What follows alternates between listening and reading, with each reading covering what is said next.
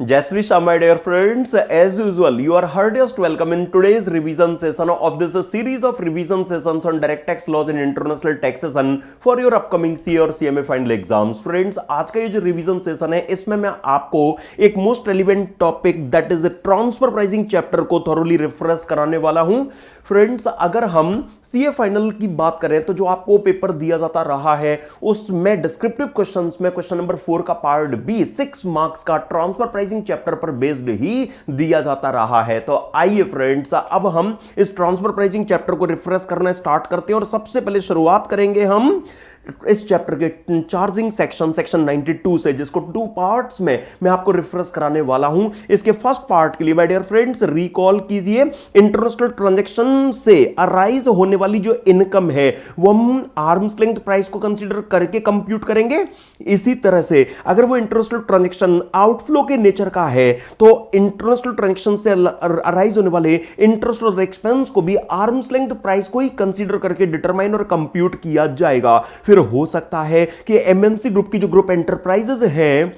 वो कोई joint activity carry out कर रही हो, जैसे वो रिसर्च एंड डेवलपमेंट एक्टिविटी को अंजाम जॉइंटली दे रही हो, तो ऐसी जॉइंट एक्टिविटी के रिलेशन में जो इनकर किए गए एक्सपेंडिचर हैं उनका जो एलोकेशन है वो इन एंटरप्राइजेस को जिस प्रोपोर्शन में बेनिफिट मिल रहा होगा उनको मिलने वाले बेनिफिट की आर्म्स लेंथ प्राइस को ध्यान में रखकर ही एलोकेटेड कॉस्ट का जो बेनिफिट है वो अलाउ किया जाएगा. फ्रेंड्स, आर्म्स लेंथ प्राइस की अगर हम बात करें तो आर्म्स लेंथ प्राइस के लिए याद कीजिए that's nothing but correct market price. मतलब क्या, वो प्राइस जो एसएससी के द्वारा अनरिलेटेड पर्सन के साथ that is non associated person के साथ में uncontrolled conditions means uncontrolled environment में किए गए ट्रांजैक्शन में यूज की जाए तो वो प्राइस आर्म्स लेंथ प्राइस यहां कंसीडर की जाएगी. अब आपने देखा जो थिंग्स है वो ऑब्लिगेटरी सेंस में लॉ मेकर्स ने एएलपी के यूज को लेकर लॉ में हमें प्रोवाइड कर रखी हैं, लेकिन क्या ये ट्रांसफर प्राइसिंग रेगुलेशंस रेवेन्यू के लिए फर्दर नेगेटिव हो सकते हैं? Then answer is no.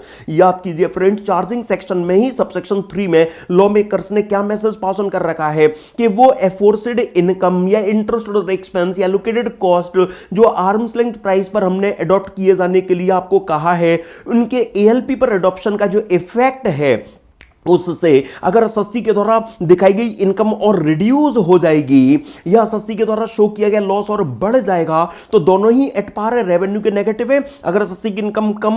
हो जाएगी तो एसएससी का टैक्स पेबल डाउन चला जाएगा, एसएससी का लॉस अगर बढ़ जाएगा तो वो आगे लॉस का बेनिफिट ज्यादा ले पाएगा, तो रेवेन्यू के लिए ये दोनों ही नेगेटिव है. तो इस तरह के केस में जो ये ट्रांसफर प्राइसिंग प्रोविजंस है वो अप्लाई नहीं होंगे. ओके, देन फ्रेंड्स रिकॉल कीजिए, इंटरनेशनल ट्रांजैक्शन मतलब क्या, दो एसोसिएटेड एंटरप्राइजेस के बीच में किया गया ट्रांजैक्शन. मैं भी आपको रिफ्रेश करा दूंगा इंटरनेशनल ट्रांजैक्शन के मीनिंग में ये वाली बातें. तो जहां दो एसोसिएटेड एंटरप्राइजेस के बीच में अगर कोई ट्रांजैक्शन हुआ होगा तो वही इंटरनेशनल ट्रांजैक्शन के लिए क्वालिफाई करेगा. तो मैं सबसे पहले ये वाला जो पार्ट है इससे रिलेटेड जो चीज है वो आपको रिफ्रेश करा देना चाहता हूं, उसके बाद में इस पार्ट पर मैं आपको भी आगे लेकर आऊंगा. तो फ्रेंड्स, पहला क्वेश्चन ये राइज होता है कि भला दो एंटरप्राइजेस आपस में एसोसिएटेड एंटरप्राइजेस कब कहलाएंगी? तो सेक्शन 92 ए रिकॉल कीजिए. अगर during the previous year, through out the previous year ना सही किसी भी टाइम पर अगर फॉलोइंग रिलेशनशिप में से अगर कोई रिलेशनशिप अगर एग्जिस्ट करती हुई दो एंटरप्राइजेस के बीच में नजर आएगी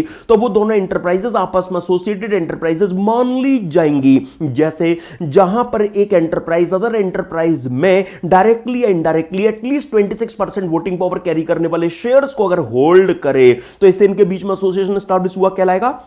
या ऐसी दोनों एंटरप्राइजेस में से ईच एंटरप्राइज के एटलीस्ट 26% वोटिंग पावर कैरी करने वाले जो शेयर्स हैं उनको किसी सेम पर्सन के द्वारा डायरेक्टली या इनडायरेक्टली अगर होल्ड किया जाता हुआ नजर आए तो कॉमन कैपिटल पार्टिसिपेशन के ग्राउंड पर ये एंटरप्राइजेस आपस में एसोसिएट एंटरप्राइजेस बन जाएंगी. इसी तरह से जहां पर एक एंटरप्राइज के द्वारा अंदर एंटरप्राइज को कोई लोन एडवांस किया गया हो और वो उस अदर एंटरप्राइज की टोटल असेट्स की बुक वैल्यू का एटलीस्ट 51% कॉन्स्टिट्यूट करे, या जहां जहां पर एक एंटरप्राइज के द्वारा अदर एंटरप्राइज की टोटल बोरोइंग्स के एटलीस्ट 10% की अगर गारंटी दे दी जाए, या जहां पर एक एंटरप्राइज के द्वारा जहां पर एक एंटरप्राइज के बोर्ड ऑफ डायरेक्टर्स के मोर देन हाफ डायरेक्टर्स को, या गवर्निंग बोर्ड के मोर देन हाफ मेंबर्स को, या एटलीस्ट वन एग्जीक्यूटिव डायरेक्टर या एटलीस्ट वन एग्जीक्यूटिव मेंबर को अगर अदर एंटरप्राइज के द्वारा अपॉइंट किया जाए तो इससे भी एसोसिएशन एस्टैब्लिश हुआ, ट्रीट कर लिया जाएगा। इसी तरह से माय डियर फ्रेंड्स, अगर इन दोनों ही एंटरप्राइजेस में से ईच एंटरप्राइज के मोर देन हाफ डायरेक्टर्स या मोर देन हाफ मेंबर्स या एटलीस्ट वन एग्जीक्यूटिव डायरेक्टर या एटलीस्ट वन एग्जीक्यूटिव मेंबर को अगर सेम पर्सन के द्वारा अगर अपॉइंट किया जाए तो कॉमन मैनेजमेंट पार्टिसिपेशन के ग्राउंड पर ये एंटरप्राइजेस आपस में एसोसिएट एंटरप्राइजेस कहलाएंगी। इसी तरह से माय डियर फ्रेंड्स, जहां एक एंटरप्राइज के द्वारा की जाने वाली मैन्युफैक्चरिंग या रन किया जाने वाला अदरवाइज बिजनेस अगर किसी अदर एंटरप्राइज के intangible like patent, copyright, trademark, know how वगैरह पर अगर होली डिपेंडेंट हो तो बिजनेस की डिपेंडेंसी भी एसोसिएशन के एस्टैब्लिशमेंट के लिए काफी यहां ट्रीट की जाएगी। देन माय डियर फ्रेंड्स, जहां पर एक एंटरप्राइज को जो भी रॉ मटेरियल्स कंज्यूमेबल्स रिक्वायर्ड होते हैं,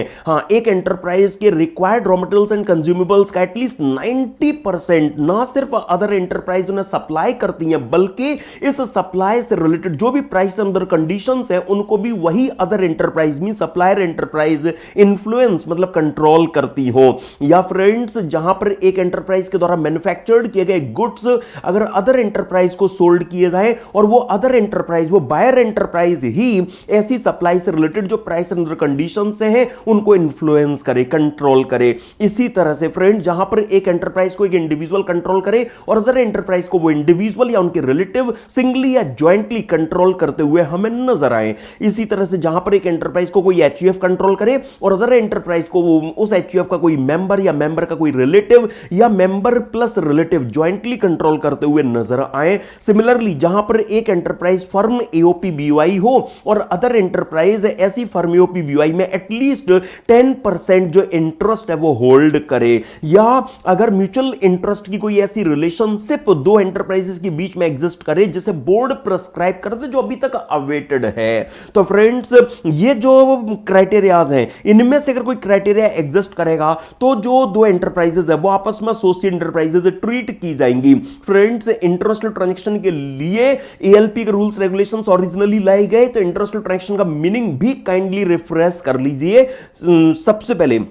इंटरनेशनल ट्रांजैक्शन का मीनिंग आप उस ट्रांजैक्शन से लेते हो ना जो दो या दो से अधिक एसोसिएटेड एंटरप्राइजेस के बीच में एंटर हुआ हो, जिसमें से at least one party non resident होनी चाहिए। और खास बात क्या है कि यहां नॉन रेजिडेंट में नॉट ऑर्डिनरी रेजिडेंट भी इंक्लूडेड है। सेक्शन 2 में क्लॉज 30 में इनकम टैक्स एक्ट में इस तरह की बात गिवन है। एंड ये जो ट्रांजैक्शन है, ये ट्रांजैक्शन स्पेसिफाइड नेचर का ट्रांजैक्शन होना चाहिए, जिसमें आप कोई भी आइटम, चाहे वो टेंजिबल है, इंटेंजिबल है, उसके purchase, sale, lease, transfer, use के लिए वो अरेंजमेंट हुआ हो, या प्रोवाइडिंग ऑफ सर्विसेज के लिए, या लेंडिंग और बोरोइंग मनी के लिए, या कोई भी अदर ट्रांजैक्शन जो उन एंटरप्राइजेस की इनकम, लॉसेस, प्रॉफिट्स, असेट्स पर अपनी बियरिंग मतलब इंपैक्ट रखता हो। इसके अलावा यहां पर business restructuring, business reorganisation like amalgamation, demerger वगैरह के ट्रांजैक्शंस भी कवर्ड है। चाहे ऐसे बिजनेस रिस्ट्रक्चरिंग का करेंट और फ्यूचर प्रॉफिट, इनकम, लॉसेस वगैरह पर इंपैक्ट हो ना हो, कोई फर्क नहीं पड़ता। इसके अलावा माय डियर फ्रेंड्स, जहां पर एमएनसी ग्रुप की जो ग्रुप एंटरप्राइजेस हैं उन्होंने अपने द्वारा कैरी आउट की जाने वाली जॉइंट एक्टिविटी के रिलेशन में अगर इनकर किए जाने वाले कॉस्ट और एक्सपेंस के एलोकेशन के लिए जो आपस में म्यूचुअल अरेंजमेंट किया है उसको भी तो यहां इंटरनेशनल ट्रांजैक्शन में कवर किया गया है। अब सबसेक्शन 1 में लॉ मेकर्स ने इंटरनेशनल ट्रांजैक्शन का 92B में जो मीनिंग दिया उसके लिए उन्होंने ये रिक्वायर बनाया कि जो ट्रांजैक्शन है वो दो या दो से अधिक एसोसिएट एंटरप्राइजेस के बीच में होना चाहिए। लेकिन इसका एक exception my dear friends recall कीजिए। देखिए, मैं आपको इलस्ट्रेटिव सेंस में जो चीज है वो रिफ्रेश कराता हूं। सपोज हमारी एसएससी ए लिमिटेड की एसोसिएटेड एंटरप्राइज तो कोई बी इनकॉर्पोरेशन है। अब हमें यह देखने को मिला कि हमारी एसएससी ए लिमिटेड ने अपनी एसोसिएटेड एंटरप्राइज बी इनकॉर्पोरेशन के साथ में यह ट्रांजैक्शन नहीं किया, बल्कि किसी अदर पर्सन, मिस्टर सी जो अनरिलेटेड पर्सन है, उनके साथ यह ट्रांजैक्शन किया। लेकिन इस ट्रांजैक्शन को लेकर इस अदर पर्सन ने एसएससी की जो एसोसिएट एंटरप्राइज है उनके साथ पहले ही प्लानिंग कर रखी है। मतलब इस ट्रांजैक्शन से रिलेटेड पहले से ही जो एग्रीमेंट है वो इस मीडिएटर का एसएससी की एसोसिएट एंटरप्राइज के साथ हो रखा है, या इस ट्रांजैक्शन से रिलेटेड जो टर्म्स है वो सब्सटेंशियली इस मिस्टर सी की एसएससी की एसोसिएट एंटरप्राइज के साथ में डिटरमाइन हो रखी हैं। तो जहां पर दिखाने के लिए अगर ट्रांजैक्शन आप किसी अनरिलेटेड पर्सन के साथ कर रहे हैं, लेकिन अगर यह ट्रांजैक्शन पहले से ही आपकी एसोसिएटेड एंटरप्राइज ने इस पर्सन के साथ में प्लान कर रखा है, तो यह ट्रांजैक्शन दो एसोसिएट एंटरप्राइजेस के बीच में ट्रांजैक्शन मान लिया जाएगा, मींस डीम्ड इंटरनेशनल ट्रांजैक्शन कहलाएगा। अब ये जो मीडिएटर यूज किए जा रहे हैं, ये चाहे रेजिडेंट हो या नॉन रेजिडेंट हो, कोई फर्क नहीं पड़ता। तो लॉ मेकर्स ने सेक्शन 92B में सबसेक्शन 2 में माय डियर फ्रेंड जो डीम्ड इंटरनेशनल ट्रांजैक्शन को लेकर चीजें हमें प्रोवाइड किया, वो यही आपको यहां पर रीडिंग पर्पस के लिए दी गई है। और अब मैं आपको चार्जिंग सेक्शन पर वापस ले आता हूं। फ्रेंड्स रिकॉल कीजिए, ओरिजिनली तो हां इंटरनेशनल ट्रांजैक्शन के लिए ही ये एएलपी के रूल्स रेगुलेशंस लाए गए, लेकिन लॉ मेकर्स ने कुछ डोमेस्टिक ट्रांजैक्शन, सभी नहीं, हां कुछ डोमेस्टिक ट्रांजैक्शन जिनको स्पेसिफाई किया गया है, उनके लिए भी ये मैसेज पास ऑन कर दिया है क्या कि स्पेसिफाइड डोमेस्टिक ट्रांजैक्शन से रिलेटेड इनकम या इंटरेस्ट और एक्सपेंस, या ये specified domestic transaction joint activity के नेचर का हो तो जॉइंट एक्टिविटी के रिलेशन में इनकर्ड एक्सपेंडिचर का एलोकेशन आर्म्स लेंथ प्राइस को कंसीडर करके ही किया जाएगा। फ्रेंड्स स्पेसिफाइड डोमेस्टिक ट्रांजैक्शन का मीनिंग हम किससे लेंगे? तो रिकॉल कीजिए सेक्शन 92BA में लॉ मेकर्स ने ये हमें दिया हुआ है। आइए मैं रिकॉल कराता हूं आपको।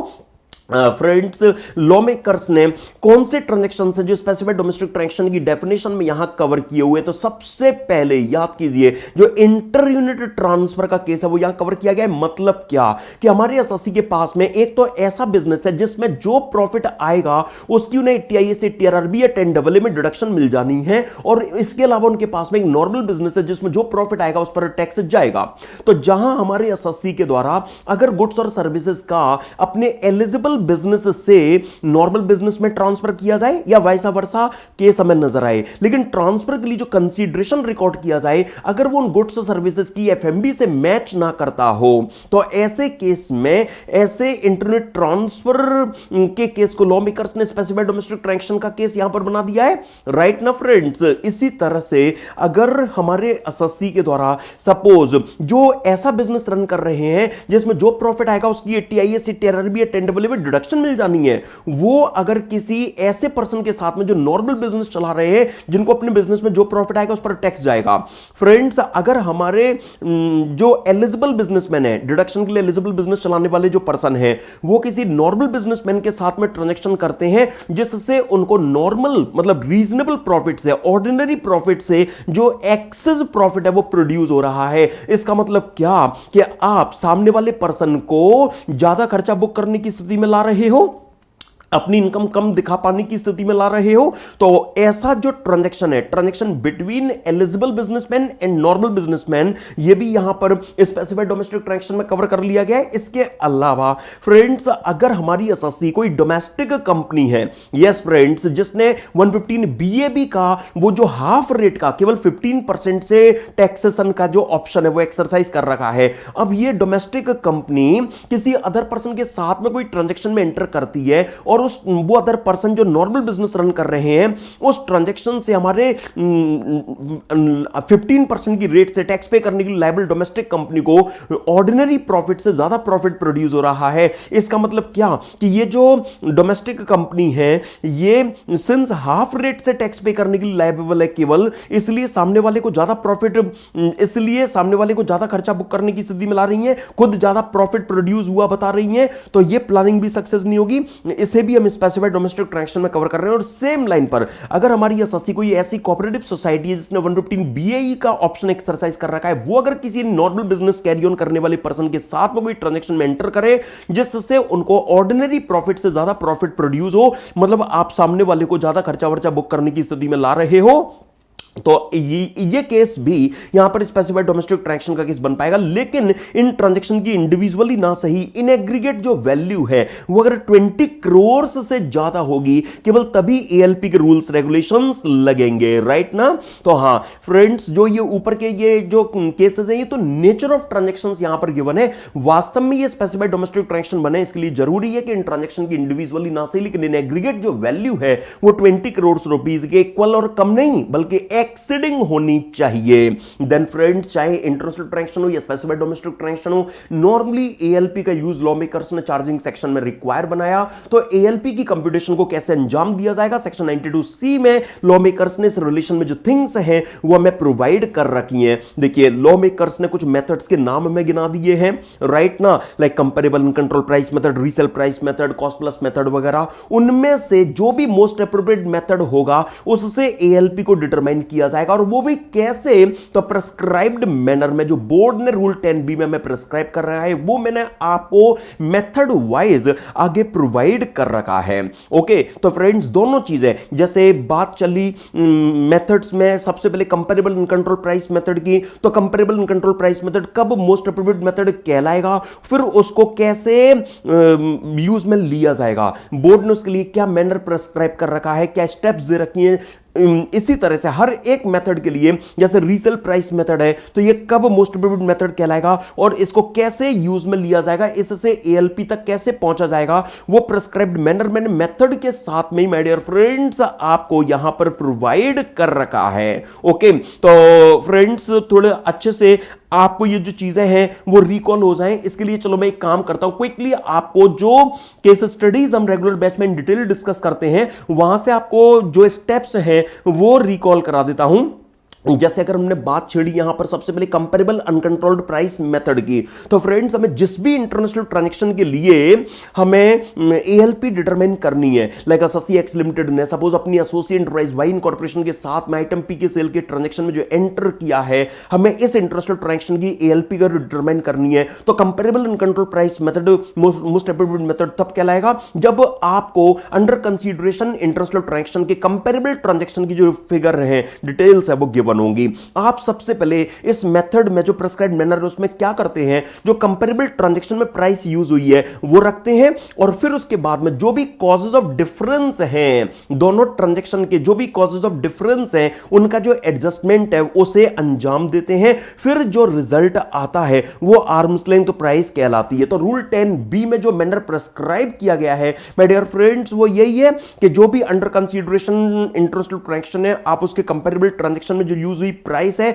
वो पिकअप कीजिए। जो भी दोनों ट्रांजैक्शंस में कॉजेज ऑफ डिफरेंस है, like transportation cost, warranty cost, discount, इनके इफेक्ट को एलिमिनेट कीजिए, तो जो भी रिजल्ट आएगा वो आर्म्स लेंथ प्राइस कहलाएगा। यही मैंने आपको नोट्स में रीडिंग पर्पस के लिए स्टेप्स दी हुई हैं। मेथड्स की लिस्ट में जो दूसरा मेथड है वो है कौन सा, रीसेल प्राइस मेथड। तो माय डियर फ्रेंड्स, जहां पर हमारी एसएससी के द्वारा,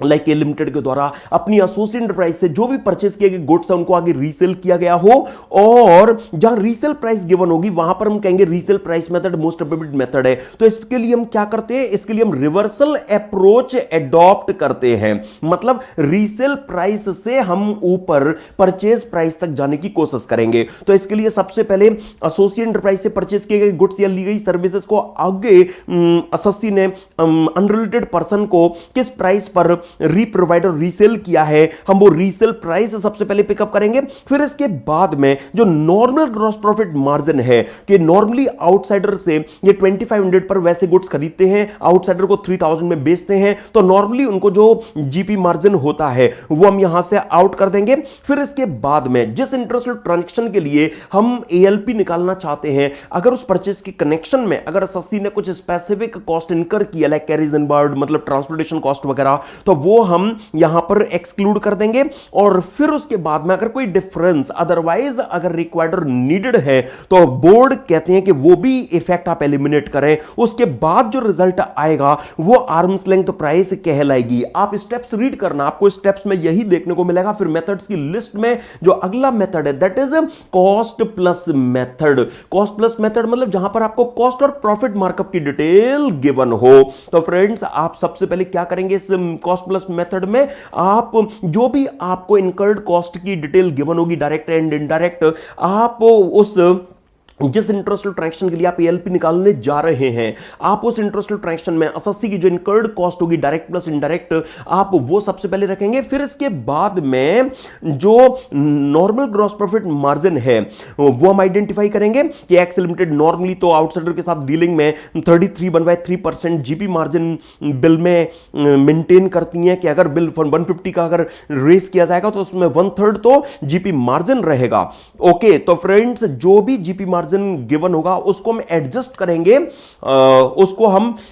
करेंगे, जो भी my dear friends under consideration international transaction और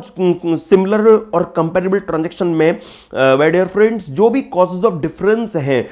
उनसे हम उस जीपी मार्जिन को यहां पर एडजस्ट करेंगे। एडजस्टेड जीपी रेट को हम यहां पर यूज में लेंगे और उससे जो रिजल्ट आएगा उसको आर्म्स लेंथ प्राइस यहां पर ट्रीट किया जाएगा। देन फ्रेंड्स मेथड्स की लिस्ट में अगला method that is profit split method, ये केवल और केवल कब एप्लीकेबल होता है, जहां आपको मल्टीपल इंटरनेशनल ट्रांजैक्शन या मल्टीपल स्पेसिफाइड डोमेस्टिक ट्रांजैक्शन का केस गिवन होगा। जैसे कोई एमएनसी ग्रुप है, उस एमएनसी ग्रुप को आउटसाइडर से कोई प्रोजेक्ट ऑफर हुआ है, राइट, उस एमएनसी ग्रुप की किसी ग्रुप कंपनी को मान लेते हैं कि आउटसाइडर से कोई प्रोजेक्ट ऑफर हुआ और उस प्रोजेक्ट पर पूरे ग्रुप की एंटरप्राइजेस काम कर रही हैं। ओके, लेकिन किसी एक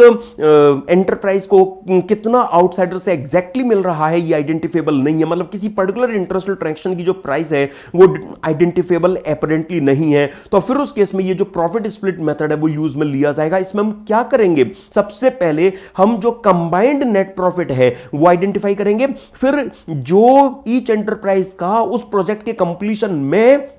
कंट्रीब्यूशन रहा है, यस माय डियर फ्रेंड्स, हम उनके रिलेटिव कंट्रीब्यूशन मतलब ईच एंटरप्राइज का जो अपना कंट्रीब्यूशन रहा है हम उनका इवैल्यूएशन करेंगे। ओके, ईच एंटरप्राइज के द्वारा क्या रिस्क एज्यूम की गई है, क्या कॉस्ट इनकर की गई है ना, कितनी असेट्स ऑन साइट लाई गई हैं, एम्प्लॉयड की गई हैं, उसके हिसाब से प्रैक्टिकली किस तरह से वो होता है वो जस्ट रेगुलर बैच में एडिशनली हम डिस्कस करते हैं। लेकिन यहां एग्जाम के लिए केवल आप इतना कंसीडरेशन में लेकर चलेंगे कि ईच एंटरप्राइज का जो भी रिलेटिव कंट्रीब्यूशन रहा होगा उसका इवैल्यूएशन करेंगे और जो ये टोटल फ्रूट्स उस प्रोजेक्ट से डिराइव हुए हैं, एक्चुअली जिसने जितनी मेहनत की है उसको उतने फ्रूट्स एंजॉय करने के लिए मिलने चाहिए, मतलब उस रिलेटिव कंट्रीब्यूशन रेशियो में हम इसका डिस्ट्रीब्यूशन कर देंगे। राइट, अब माय डियर फ्रेंड्स हमारी एसएससी तो इंडियन कंपनी है, इंडियन कंपनी ने जो कॉस्ट इनकर की थी उस प्रोजेक्ट के रिलेशन में उनका जो अपोर्शन्ड प्रॉफिट बनता है उसको ऐड करने के बाद जो रिजल्ट आएगा वो आर्म्स लेंथ प्राइस यहां पर ट्रीट की जाएगी। मेथड्स की लिस्ट में ही माय डियर फ्रेंड्स जो अगला मेथड है that is transactional net margin method. My dear friends इसके लिए तो आपने बस क्या करना होता है, जो भी अंडर कंसीडरेशन इंटरनेशनल ट्रांजैक्शन है उसमें जो नेट मार्जिन रियलाइज्ड आप दिखा रहे हैं वो हम देखेंगे, एक तरफ रख देंगे। फिर कंपैरेबल ट्रांजैक्शन में जो नेट मार्जिन रियलाइज्ड होता है वो हम आइडेंटिफाई करेंगे, यस माय डियर फ्रेंड्स, वो हम यहां पर आइडेंटिफाई करेंगे और जो भी कॉज ऑफ डिफरेंस है उसके इफेक्ट को हम रिवर्स कर देंगे। राइट ना माय डियर फ्रेंड्स, उसको हम यहां रिवर्स कर देंगे और फिर जो रिजल्ट आएगा वो आर्म्स लेंथ प्राइस यहां पर कहलाएगी। माय डियर फ्रेंड्स कंपैरेबल यहां ट्रांजैक्शनल नेट मार्जिन मेथड के लिए कंपैरेबल ट्रांजैक्शन की नेट मार्जिन की डिटेल्स वगैरह होना नेसेसरी है। और फ्रेंड्स आप देखेंगे आपको जो मैंने समरी नोट्स में फ्रेंड्स जो ये जो स्टेप्स हैं ये स्टेप्स ही यहां पर आपको प्रोवाइड कर रखी हैं और लॉ मेकर्स ने सेक्शन 92C में अपनी तरफ से ये भी कह रखा है, उन्होंने पहले 5 मेथड्स के नाम अपनी तरफ से गिना दिए जो मैंने अभी आपको रेफरेंस कराए, that is comparable uncontrolled price method, resale price method, cost plus method, transactional net margin method, profit split method. उसके बाद में लिख दिया कोई भी अदर मेथड जैसे बोर्ड प्रेस्क्राइब करे। बोर्ड ने रूल 10AB में फ्रेंड जो मेथड प्रेस्क्राइब किया है वो बड़ा सिंपल है। क्या उन्होंने कहा है कि आपको सपोज किसी एक्स इंटरनेशनल ट्रांजैक्शन की एएलपी डिटरमाइन अगर करनी है तो आप क्या करें, आप सिमिलर सर्कमस्टेंसेस में ऑल रेलिवेंट फैक्ट्स को ध्यान में रखते हुए अनरिलेटेड पर्सन के साथ में एंटर किए गए सेम और सिमिलर अनकंट्रोल्ड ट्रांजैक्शन में जो प्राइस चार्ज और पे की जाए वही आप एज एन एएलपी कंसीडर कर लीजिए। यही तो काम है जो फ्रेंड्स हम कंपैरेबल अनकंट्रोल्ड प्राइस मेथड में भी नॉर्मली करते हैं। तो यहां पर ऐसा कुछ भी टेक्निकल नहीं है, सिंपल सी बात थी। लेकिन माय डियर फ्रेंड्स, एक ऐसी भी पॉसिबिलिटी भी तो राइज होती है कि जहां पर आप मोस्ट एप्रोप्रिएट मेथड को जब यूज करें तो उससे आपको more than one arms length price determine होकर आ जाए, तो फिर आप फाइनल एएलपी किसे ट्रीट करोगे? तो ऐसे ट्रांजैक्शन के रिस्पेक्ट में जो फाइनल एएलपी है वो प्रिस्क्राइब्ड मैनर में कंप्यूट की जाएगी, जो बोर्ड ने रूल 10 सीए से माय डियर फ्रेंड्स प्रिस्क्राइब कर रखा है, जहां पर दो मेथड है, एक रेंज कॉन्सेप्ट और दूसरा अरिथमेटिकल मीन अप्रोच। कौन सा कब लगेगा? याद कीजिए फ्रेंड्स, जो जहां पर आपको 6 और मोर कंपेरेबल ट्रांजैक्शन की प्राइसेस मतलब डिटेल्स गिवन हो, जहां पर सपोज एसएससी ने जिस इंटरनेशनल ट्रांजैक्शन में एंटर किया है उन्होंने सिमिलर और कंपेरेबल 6 एंटिटीज के साथ में उन्होंने कंपेरेबल ट्रांजैक्शन में एंटर किया है। हमने मोस्ट एप्रोप्रिएट मेथड से 6 और मोर कंपेरेबल ट्रांजैक्शन में जो प्राइस है वो डिटरमाइन की, अलग अलग निकल कर आई। तो फाइनल प्राइस किसे निकाल लेंगे? वो रेंज कॉन्सेप्ट की एप्लीकेबिलिटी से पता लगेगा। और माय डियर फ्रेंड, जहां पर हमें 6 से कम मतलब 5 या 5 से भी और कम कंपेरेबल ट्रांजैक्शन की जो प्राइस है वो गिवन होंगी, तो वहां पर हम अरिथमेटिकल मीन अप्रोच यूज में लेंगे। राइट ना फ्रेंड्स? अच्छा, सबसे पहले मेन है क्या? ये रेंज कॉन्सेप्ट। तो my dear friends, range concept के लिए जैसे फ्रेंड्स मैं केस अगर आपके सामने बनाऊं तो हमारी एसएससी एक्स लिमिटेड है, उन्होंने किसी इंटरनेशनल ट्रांजैक्शन में एंटर किया, उन्होंने अपने हिसाब से उसकी जो भी प्राइस फेयर थी वो शो कर दी है। ओके, हाँ माय डियर फ्रेंड्स, उनके हिसाब से जो भी करेक्ट मार्केट प्राइस थी, आर्म्स लेंथ प्राइस थी, वो उन्होंने शो कर दी है। अब उन्होंने वैसे ही ट्रांजैक्शन में, मान लेते हैं फ्रेंड्स करेंट ईयर में, उन्होंने वैसे ही ट्रांजैक्शन में 6 और मोर एंटिटीज के साथ में भी एंटर किया है। ओके, 6 और मोर कंपेरेबल ट्रांजैक्शन में मोस्ट एप्रोप्रिएट मेथड से जो प्राइस है वो माय डियर फ्रेंड्स हमें गिवन है। तो हम करेंट ईयर में उन 6 और मोर कंपेरेबल ट्रांजैक्शन की जो प्राइस है माय डियर फ्रेंड्स वो आइडेंटिफाई करेंगे। राइट ना? और सपोज उन एंटिटीज के साथ में एसएससी ने अर्लियर ईयर्स में भी, तो अर्लियर ईयर्स में से बस केवल maximum 2 latest years, 2 last years. Okay, तो फर्स्ट लास्ट ईयर और सेकंड लास्ट ईयर में भी सपोज उन्होंने उन एंटिटीज के साथ में मतलब 6 और मोर कंपेरेबल 6 और मोर एंटिटीज के साथ में उस कंपेरेबल ट्रांजैक्शन में एंटर किया है, तो आप उन ट्रांजैक्शन की जो प्राइसेस है वो और आइडेंटिफाई कर लेंगे। और इनसे आपको करना क्या है? इनसे माय डियर फ्रेंड्स आप वेटेड एवरेज कंप्यूट करके लाएंगे। तो पहले तो आप ये कंसीडरेशन में लेकर चल रहे हैं ना कि रेंज कॉन्सेप्ट की एप्लीकेबिलिटी के लिए ये तो पक्का है कि 6 और मोर एंट्रीज गिवन होंगी, मतलब एसएससी ने ऐसे ही इंटरनेशनल ट्रांजैक्शन में 6 और मोर एंटिटीज के साथ में एंटर किया होगा, है ना? मोस्ट एप्रोप्रिएट मेथड से उन 6 और मोर कंपेरेबल ट्रांजैक्शन की जो आर्म्स लेंथ प्राइस है वो निकल कर आई होंगी। ओके, करेंट ईयर की वो प्राइसेस हम आइडेंटिफाई करेंगे और अर्लियर ईयर्स में से लास्ट 2 ईयर्स में भी अगर वैसे ट्रांजैक्शन में एंटर किया गया है तो उनकी भी जो प्राइसेस है वो साथ में रखकर जो वेटेड एवरेज है वो आइडेंटिफाई कर लेंगे। देन माय डियर फ्रेंड्स आप उन वेटेड एवरेजेस को असेंडिंग ऑर्डर में अरेंज करेंगे और फिर उनकी रैंकिंग कर देंगे। तो ये आपका एक असेंडिंग ऑर्डर में जो डाटा सेट है वो आपने कंस्ट्रक्ट कर लिया उन प्राइसेस का। असेंडिंग ऑर्डर में आपने एक डाटा सेट कंस्ट्रक्ट कर लिया, फिर होगा आपका मेन काम शुरू। अब आप उस डाटा सेट से 35th परसेंटाइल निकालेंगे जो भी टोटल एंट्रीज डाटा सेट में गिवन है। जैसे 8 एंट्रीज टोटल गिवन है, तो जितनी भी टोटल एंट्रीज डाटा सेट में होंगी इनटू 35 डिवाइडेड बाय 100, ये जो रिजल्ट जो आया है, अगर ये फ्रैक्शन में आया, सपोज 4.5 आ गया, मान लिया मैंने। ओके, तो ऐसे केस में जो इसका अगला कंप्लीट नंबर बनता है दैट इज 5, उस डाटा सेट में 5th प्लेस पर जो भी रिजल्ट होगा वो 35th परसेंटाइल कहलाएगा। लेकिन अगर ये result my dear friends whole number में आ गया तो रूल में तो आपको पता है सीए लगा हुआ है, मतलब क्या कुछ तो कराएंगे ही। तो ऐसे केस में आप उस प्लेस पर जो वैल्यू गिवन होगी, यस माय डियर फ्रेंड्स, और उसके अगले प्लेस पर जो भी वैल्यू गिवन होगी, आप इन दोनों का, आप माय डियर फ्रेंड्स इन दोनों का सम टोटल करके जो इसका एवरेज है 2 से डिवाइड करके माय डियर फ्रेंड्स सिंपली जो इसका एवरेज है वो आइडेंटिफाई कर लेंगे। अब एक केस में एक ही सिचुएशन अराइज होगी, पक्की बात है। तो यहां पर जो रिजल्ट आएगा, मैंने V1 वैल्यू 1 उसको कह दिया, ये 35th परसेंटाइल आ गया। सेम लाइन पर आप 65th परसेंटाइल निकालेंगे, जो भी total entry entries data set में गिवन है, आप इंटू 65 डिवाइड बाय 100, अगर ये रिजल्ट अगर फ्रैक्शन में आया लाइक 4.8 आ गया तो अगला कंप्लीट नंबर क्या है 5, तो बस डाटा सेट में 5th प्लेस पर जो भी वैल्यू होगी वो 65th परसेंटाइल बन जाएगी। अगर रिजल्ट होल नंबर में आया तो फिर लाइक 5 आ गया तो उस प्लेस पर और उसके अगले प्लेस पर जो भी वैल्यू होंगी उनका जो एवरेज है वो यहां पर कंसीडर किया जाएगा। एक केस में एक ही सिचुएशन बनेगी, जो वैल्यू आएगी मैंने V2 उसे नाम दे दिया, अब ये बन गया 65th परसेंटाइल, तो इनसे आप एक आर्म्स लेंथ रेंज कंस्ट्रक्ट करेंगे। ओके, तो जो भी 35th परसेंटाइल का रिजल्ट आया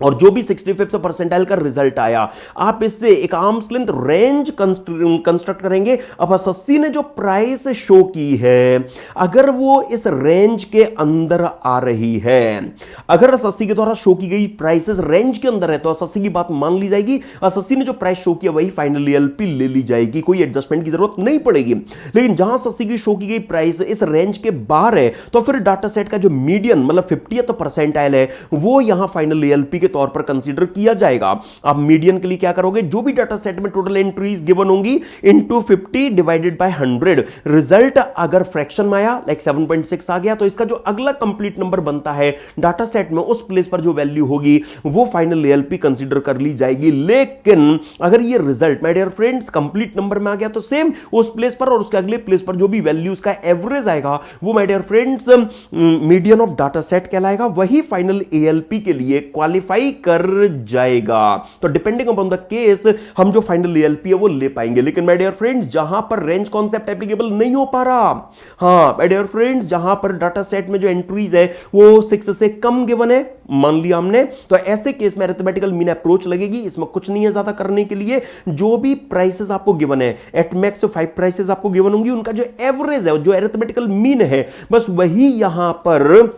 फाइनल एएलपी के तौर पर माय डियर फ्रेंड्स कंसीडर कर लिया जाएगा। ओके, देन एक फ्लेक्सिबिलिटी यहां शो की गई है कि जो अरिथमेटिकल मीन आया है और एसएससी ने जो प्राइस अपनी तरफ से ऑलरेडी उस ट्रांजैक्शन की शो की है, अगर एसएससी के द्वारा शो की गई प्राइस के 3% से अगर इनका डिफरेंस अगर एक्सीड नहीं कर रहा, मतलब एसएससी ने जो प्राइस शो की है और जो arithmetical mean means average prices का निकल कर आया है, अगर इनके बीच का वेरिएशन मतलब डिफरेंस अगर एसएससी के द्वारा शो की गई प्राइस के 3% से अगर एक्सीड नहीं कर रहा तो एसएससी की बात मान ली जाएगी। एसएससी ने जो प्राइस शो किया वही फाइनल एएलपी ले ली जाएगी, कोई एडजस्टमेंट रिक्वायर्ड नहीं बनेगा। होलसेल ट्रेडिंग का अगर ये ट्रांजैक्शन होगा तो 3 की जगह 1% यहां पर यूज में लिया जाएगा। राइट ना फ्रेंड्स, तो ये हो गई एक तरह से टॉलरेंस रेंज के 3% तक से ज्यादा अगर डिफरेंस नहीं है तो चलो एसएससी की बात मान लेंगे। देन माय डियर फ्रेंड्स अब मैं आपको ऐसी सर्कमस्टेंसेस रेफरेंस कराता हूं जिनमें असेसिंग ऑफिसर को एम्पावर लॉ मेकर्स ने कर दिया है एएलपी डिटरमाइन करने के लिए। देखिए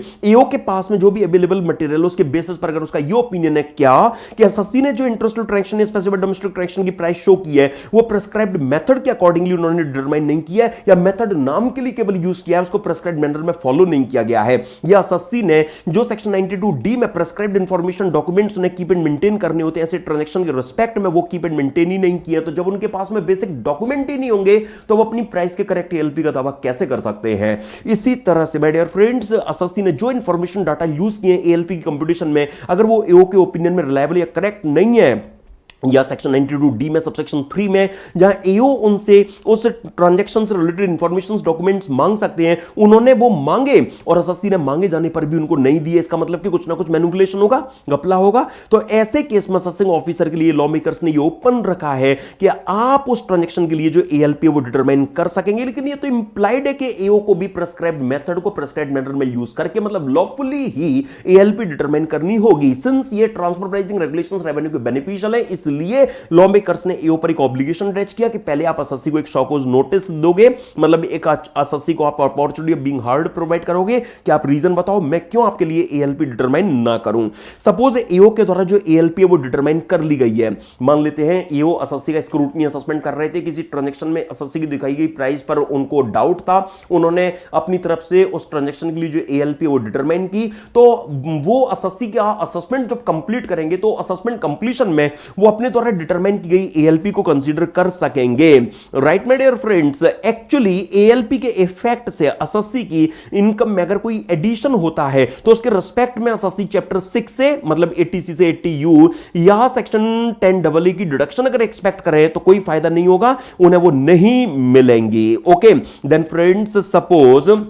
जो पेयर एंटरप्राइज है उन्होंने अपनी एसोसिएटेड एंटरप्राइज को 150 लाख का जो पेमेंट है वो दिखाया, उस पर टीडीएस काट के गवर्नमेंट को जमा भी करा दिया। अब पेयर एंटरप्राइज के लिए लॉ में असेसिंग ऑफिसर ने जो एएलपी है वो डिटरमाइन की और वो केवल 120 लाख पर आई, तो पेयर को जो खर्चा है वो 120 लाख का ही अलाउ हो रहा है। तो पेई भी उठ खड़े हुए कि जब आप पेयर को 120 लाख का खर्चा अलाउ कर रहे हो तो हमारी भी इनकम 120 लाख ट्रीट करो, हमारा 150 लाख पर जो गवर्नमेंट ऑफ इंडिया को टीडीएस जा चुका है उसमें से 30 लाख से एट्रिब्यूटेबल जो टीडीएस है वो हमें आप वापस करो, तो ये नहीं मिलेगा। माय डियर फ्रेंड्स, याद कीजिए सेक्शन 92C में सबसेक्शन 4 में जो सेकंड प्रोविजो है उसमें इसी तरह की बात है ना कि पेयर के लिए जो एएलपी डिटरमाइन हुई है, पेई उसको बेस बनाकर अगर एक्सेस टीडीएस का रिफंड अगर मांगना चाहेगा वो उन्हें अलाउ नहीं किया जाएगा। टीपीओ वाला जो कॉन्सेप्ट है वो भी रिफ्रेश करा देता हूं सेक्शन 92CA में। याद कीजिए फ्रेंड्स, एओ को सबसे पहले ये ओपन रखा गया है यहां पर क्या कि वो किसी इंटरनेशनल ट्रांजैक्शन या स्पेसिफिक डोमेस्टिक ट्रांजैक्शन के रिलेशन में एएलपी की कंप्यूटेशन को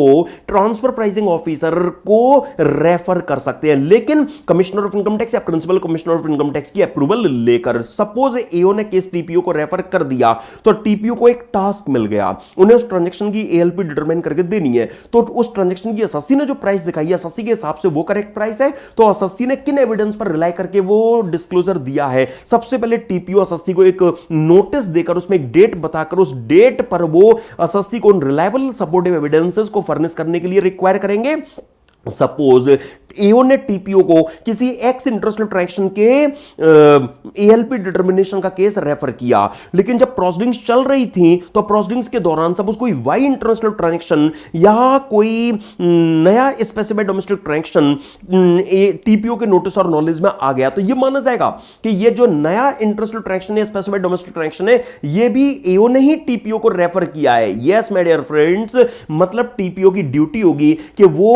न्यूली डिस्कवर्ड उस other international transaction other specified domestic transaction की भी जो एएलपी वो डिटरमाइन करके एओ को दे दें। अब यहां ध्यान रखें, अमेंडमेंट है फ्रेंड्स फाइनेंस एक्ट 2024 की। पहले अगर प्रोसीडिंग्स के दौरान टीपीओ को अगर कोई नया इंटरनेशनल ट्रांजैक्शन अगर मिलता था केवल वो उसी केस में जो एएलपी वो डिटरमाइन करके उस नए इंटरनेशनल ट्रांजैक्शन की दे पाता था। स्पेसिफाइड डोमेस्टिक ट्रांजैक्शन अगर न्यूली डिस्कवर होता था तो उसके लिए उनके पास में ये पावर नहीं थी कि वो उसकी भी एएलपी डिटरमाइन करके दे सकें, लेकिन फाइनेंस एक्ट 2024 से ये पॉसिबल बना दिया गया है। सेम अमेंडमेंट फ्रेंड्स अगले पार्ट में भी लाई गई है। मतलब क्या, अभी आपको मैं रिफ्रेश कराऊंगा कि अगर SSC international transaction specified domestic transaction में एंटर करते हैं तो उनको चार्टर्ड अकाउंटेंट से सेक्शन 92E में एक रिपोर्ट ऑब्टेन करके डिपार्टमेंट को फर्निश करना होता है। सपोज टीपीओ को एओ ने किसी international transaction specified domestic transaction के एएलपी की डिटरमिनेशन का केस जब रेफर किया तो टीपीओ जब प्रोसीडिंग्स को अंजाम दे रहे थे तो प्रोसीडिंग्स के दौरान टीपीओ को एसएससी का कोई ऐसा इंटरनेशनल ट्रांजैक्शन या स्पेसिफाइड डोमेस्टिक ट्रांजैक्शन डिस्कवर हो गया जिसको एसएससी ने रिपोर्ट तक नहीं किया है,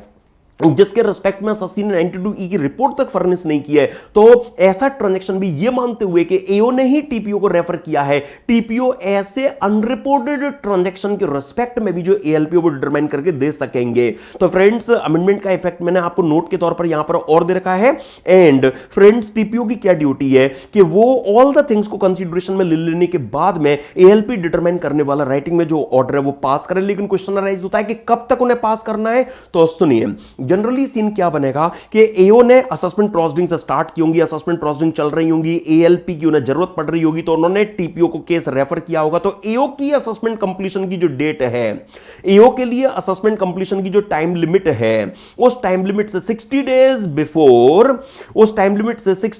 बिफोर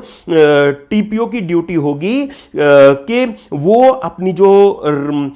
रिपोर्ट है एएलपी का अपना जो ऑर्डर है वो पास कर दें, जिससे 60 डेज एओ को मिल जाए आपकी रिपोर्ट को, आपकी डिटरमाइंड एएलपी को यूज करने के लिए। तो सिंपली स्पीकिंग, एओ जिस असेसमेंट रीअसेसमेंट की प्रोसीडिंग्स के दौरान उन्होंने एएलपी के कंप्यूटेशन का केस टीपीओ को रेफर किया होगा, उस असेसमेंट रीअसेसमेंट के कंप्लीशन की जो टाइम लिमिट लॉ में गिवन है, वो टाइम लिमिट जिस डेट पर समाप्त होने जा रही है उस डेट से 60 डेज बिफोर टीपीओ की ड्यूटी होगी कि वो एएलपी डिटर्मिनेशन को अंजाम देकर अपना जो ऑर्डर है वो पास कर दें। बट माय डियर फ्रेंड्स, यहां पर भी एक सिचुएशन ऐसी अराइज होती है ना, कैसी कि फ्रेंड्स सपोज एओ अपने लेवल पर असेसमेंट प्रोसीडिंग्स कंटिन्यू किए हुए हैं और असेसमेंट प्रोसीडिंग्स के दौरान ही उन्होंने टीपीओ को एएलपी का केस जब रेफर किया तो टीपीओ के लेवल पर भी असेसमेंट प्रोसीडिंग्स की part, that is arms length price से रिलेटेड जो प्रोसीडिंग्स हैं वो टीपीओ के लेवल पर भी अब स्टार्ट हो गई हैं, और बीच में कोर्ट का स्टे ऑर्डर आ गया कि जो भी सदस्य से रिलेटेड असेसमेंट प्रोसीडिंग्स हैं उनको फॉर द टाइमिंग स्टॉप कर दिया जाए। तो पक्की बात है कि एओ को असेसमेंट प्रोसीडिंग्स और असेसमेंट प्रोसीडिंग्स का ही पार्ट, वो एएलपी वाली प्रोसीडिंग्स टीपीओ को वहीं स्टॉप करनी पड़ेंगी। बाद में कोर्ट का जो स्टे ऑर्डर है वो वैकेट हो गया, इनइफेक्टिव हो गया, उन्होंने वापस ले लिया। तो अब जो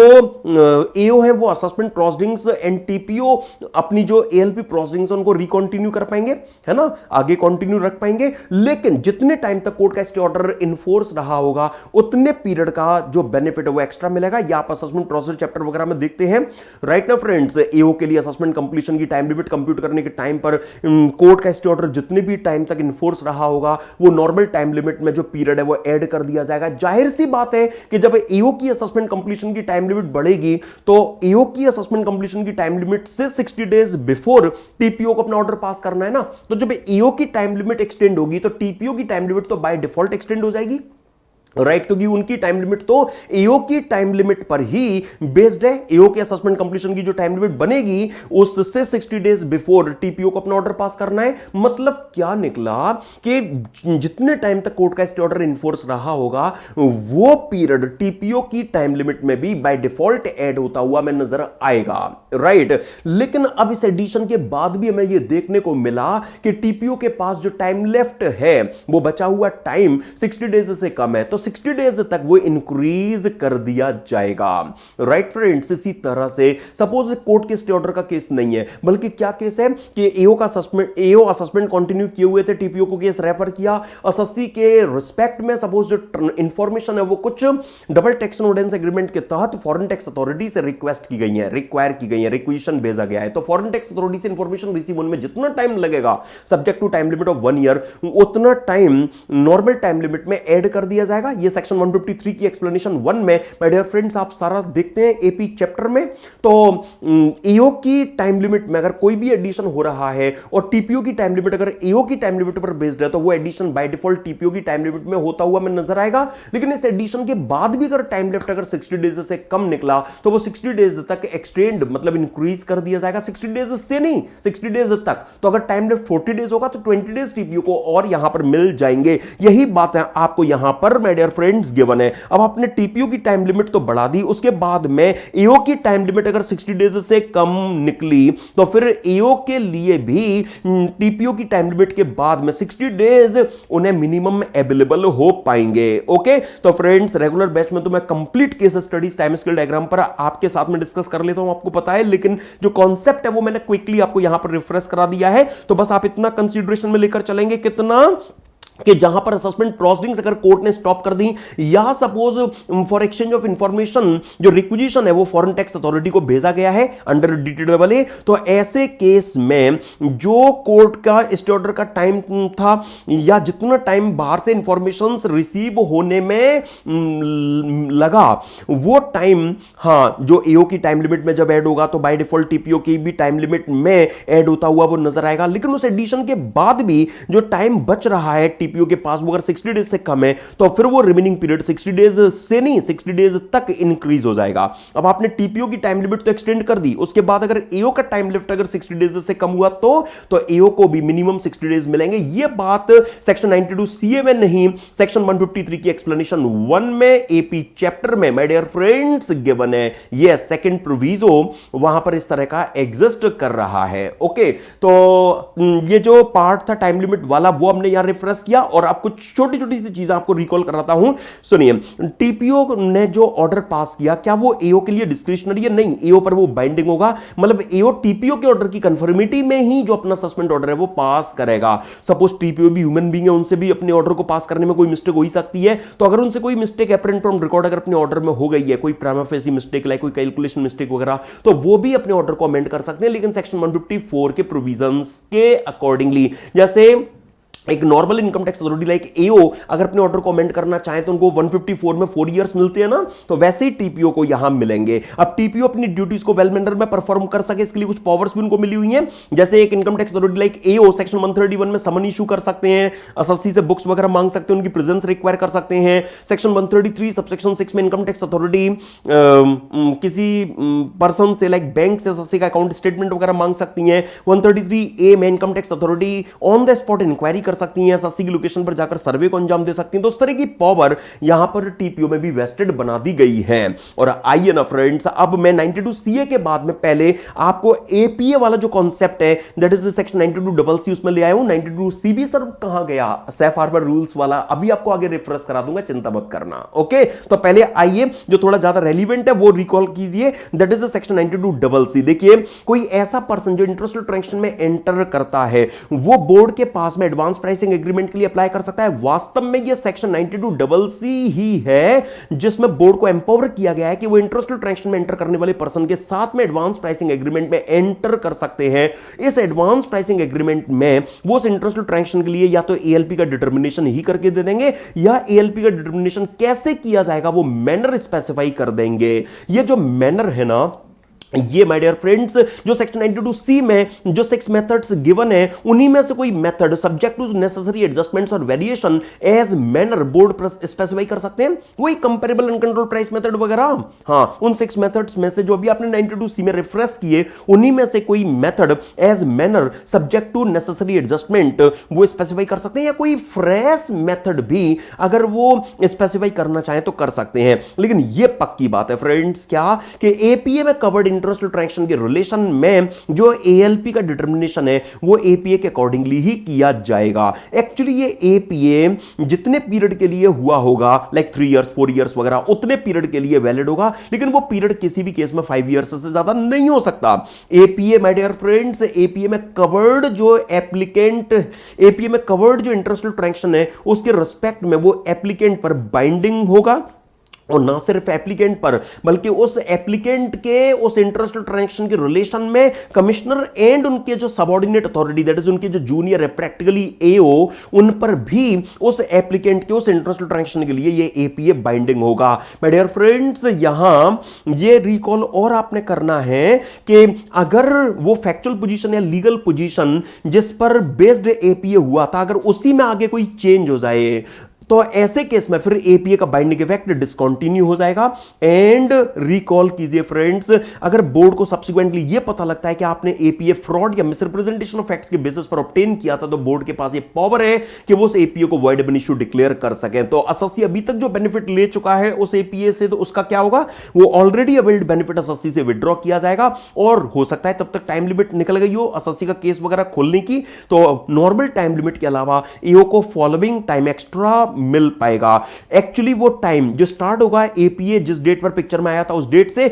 और ये खत्म होगा उस डेट पर जिस डेट पर अभी एपीए को वॉइड एब इश्यू डिक्लेयर किया गया है। तो एपीए जितने टाइम तक इन्फोर्स रहा है वो टाइम यहां पर एओ को एसएससी के पुराने केसेस वगैरह खोलने के लिए, उनका रेक्टिफिकेशन वगैरह करने के लिए ये टाइम उनको एक्स्ट्रा यहां पर मिल पाएगा। अब फ्रेंड्स याद कीजिए, सेक्शन 92CC में ही आप सबसेक्शन 9 जो देखते हैं रोलबैक मैकेनिज्म वाला,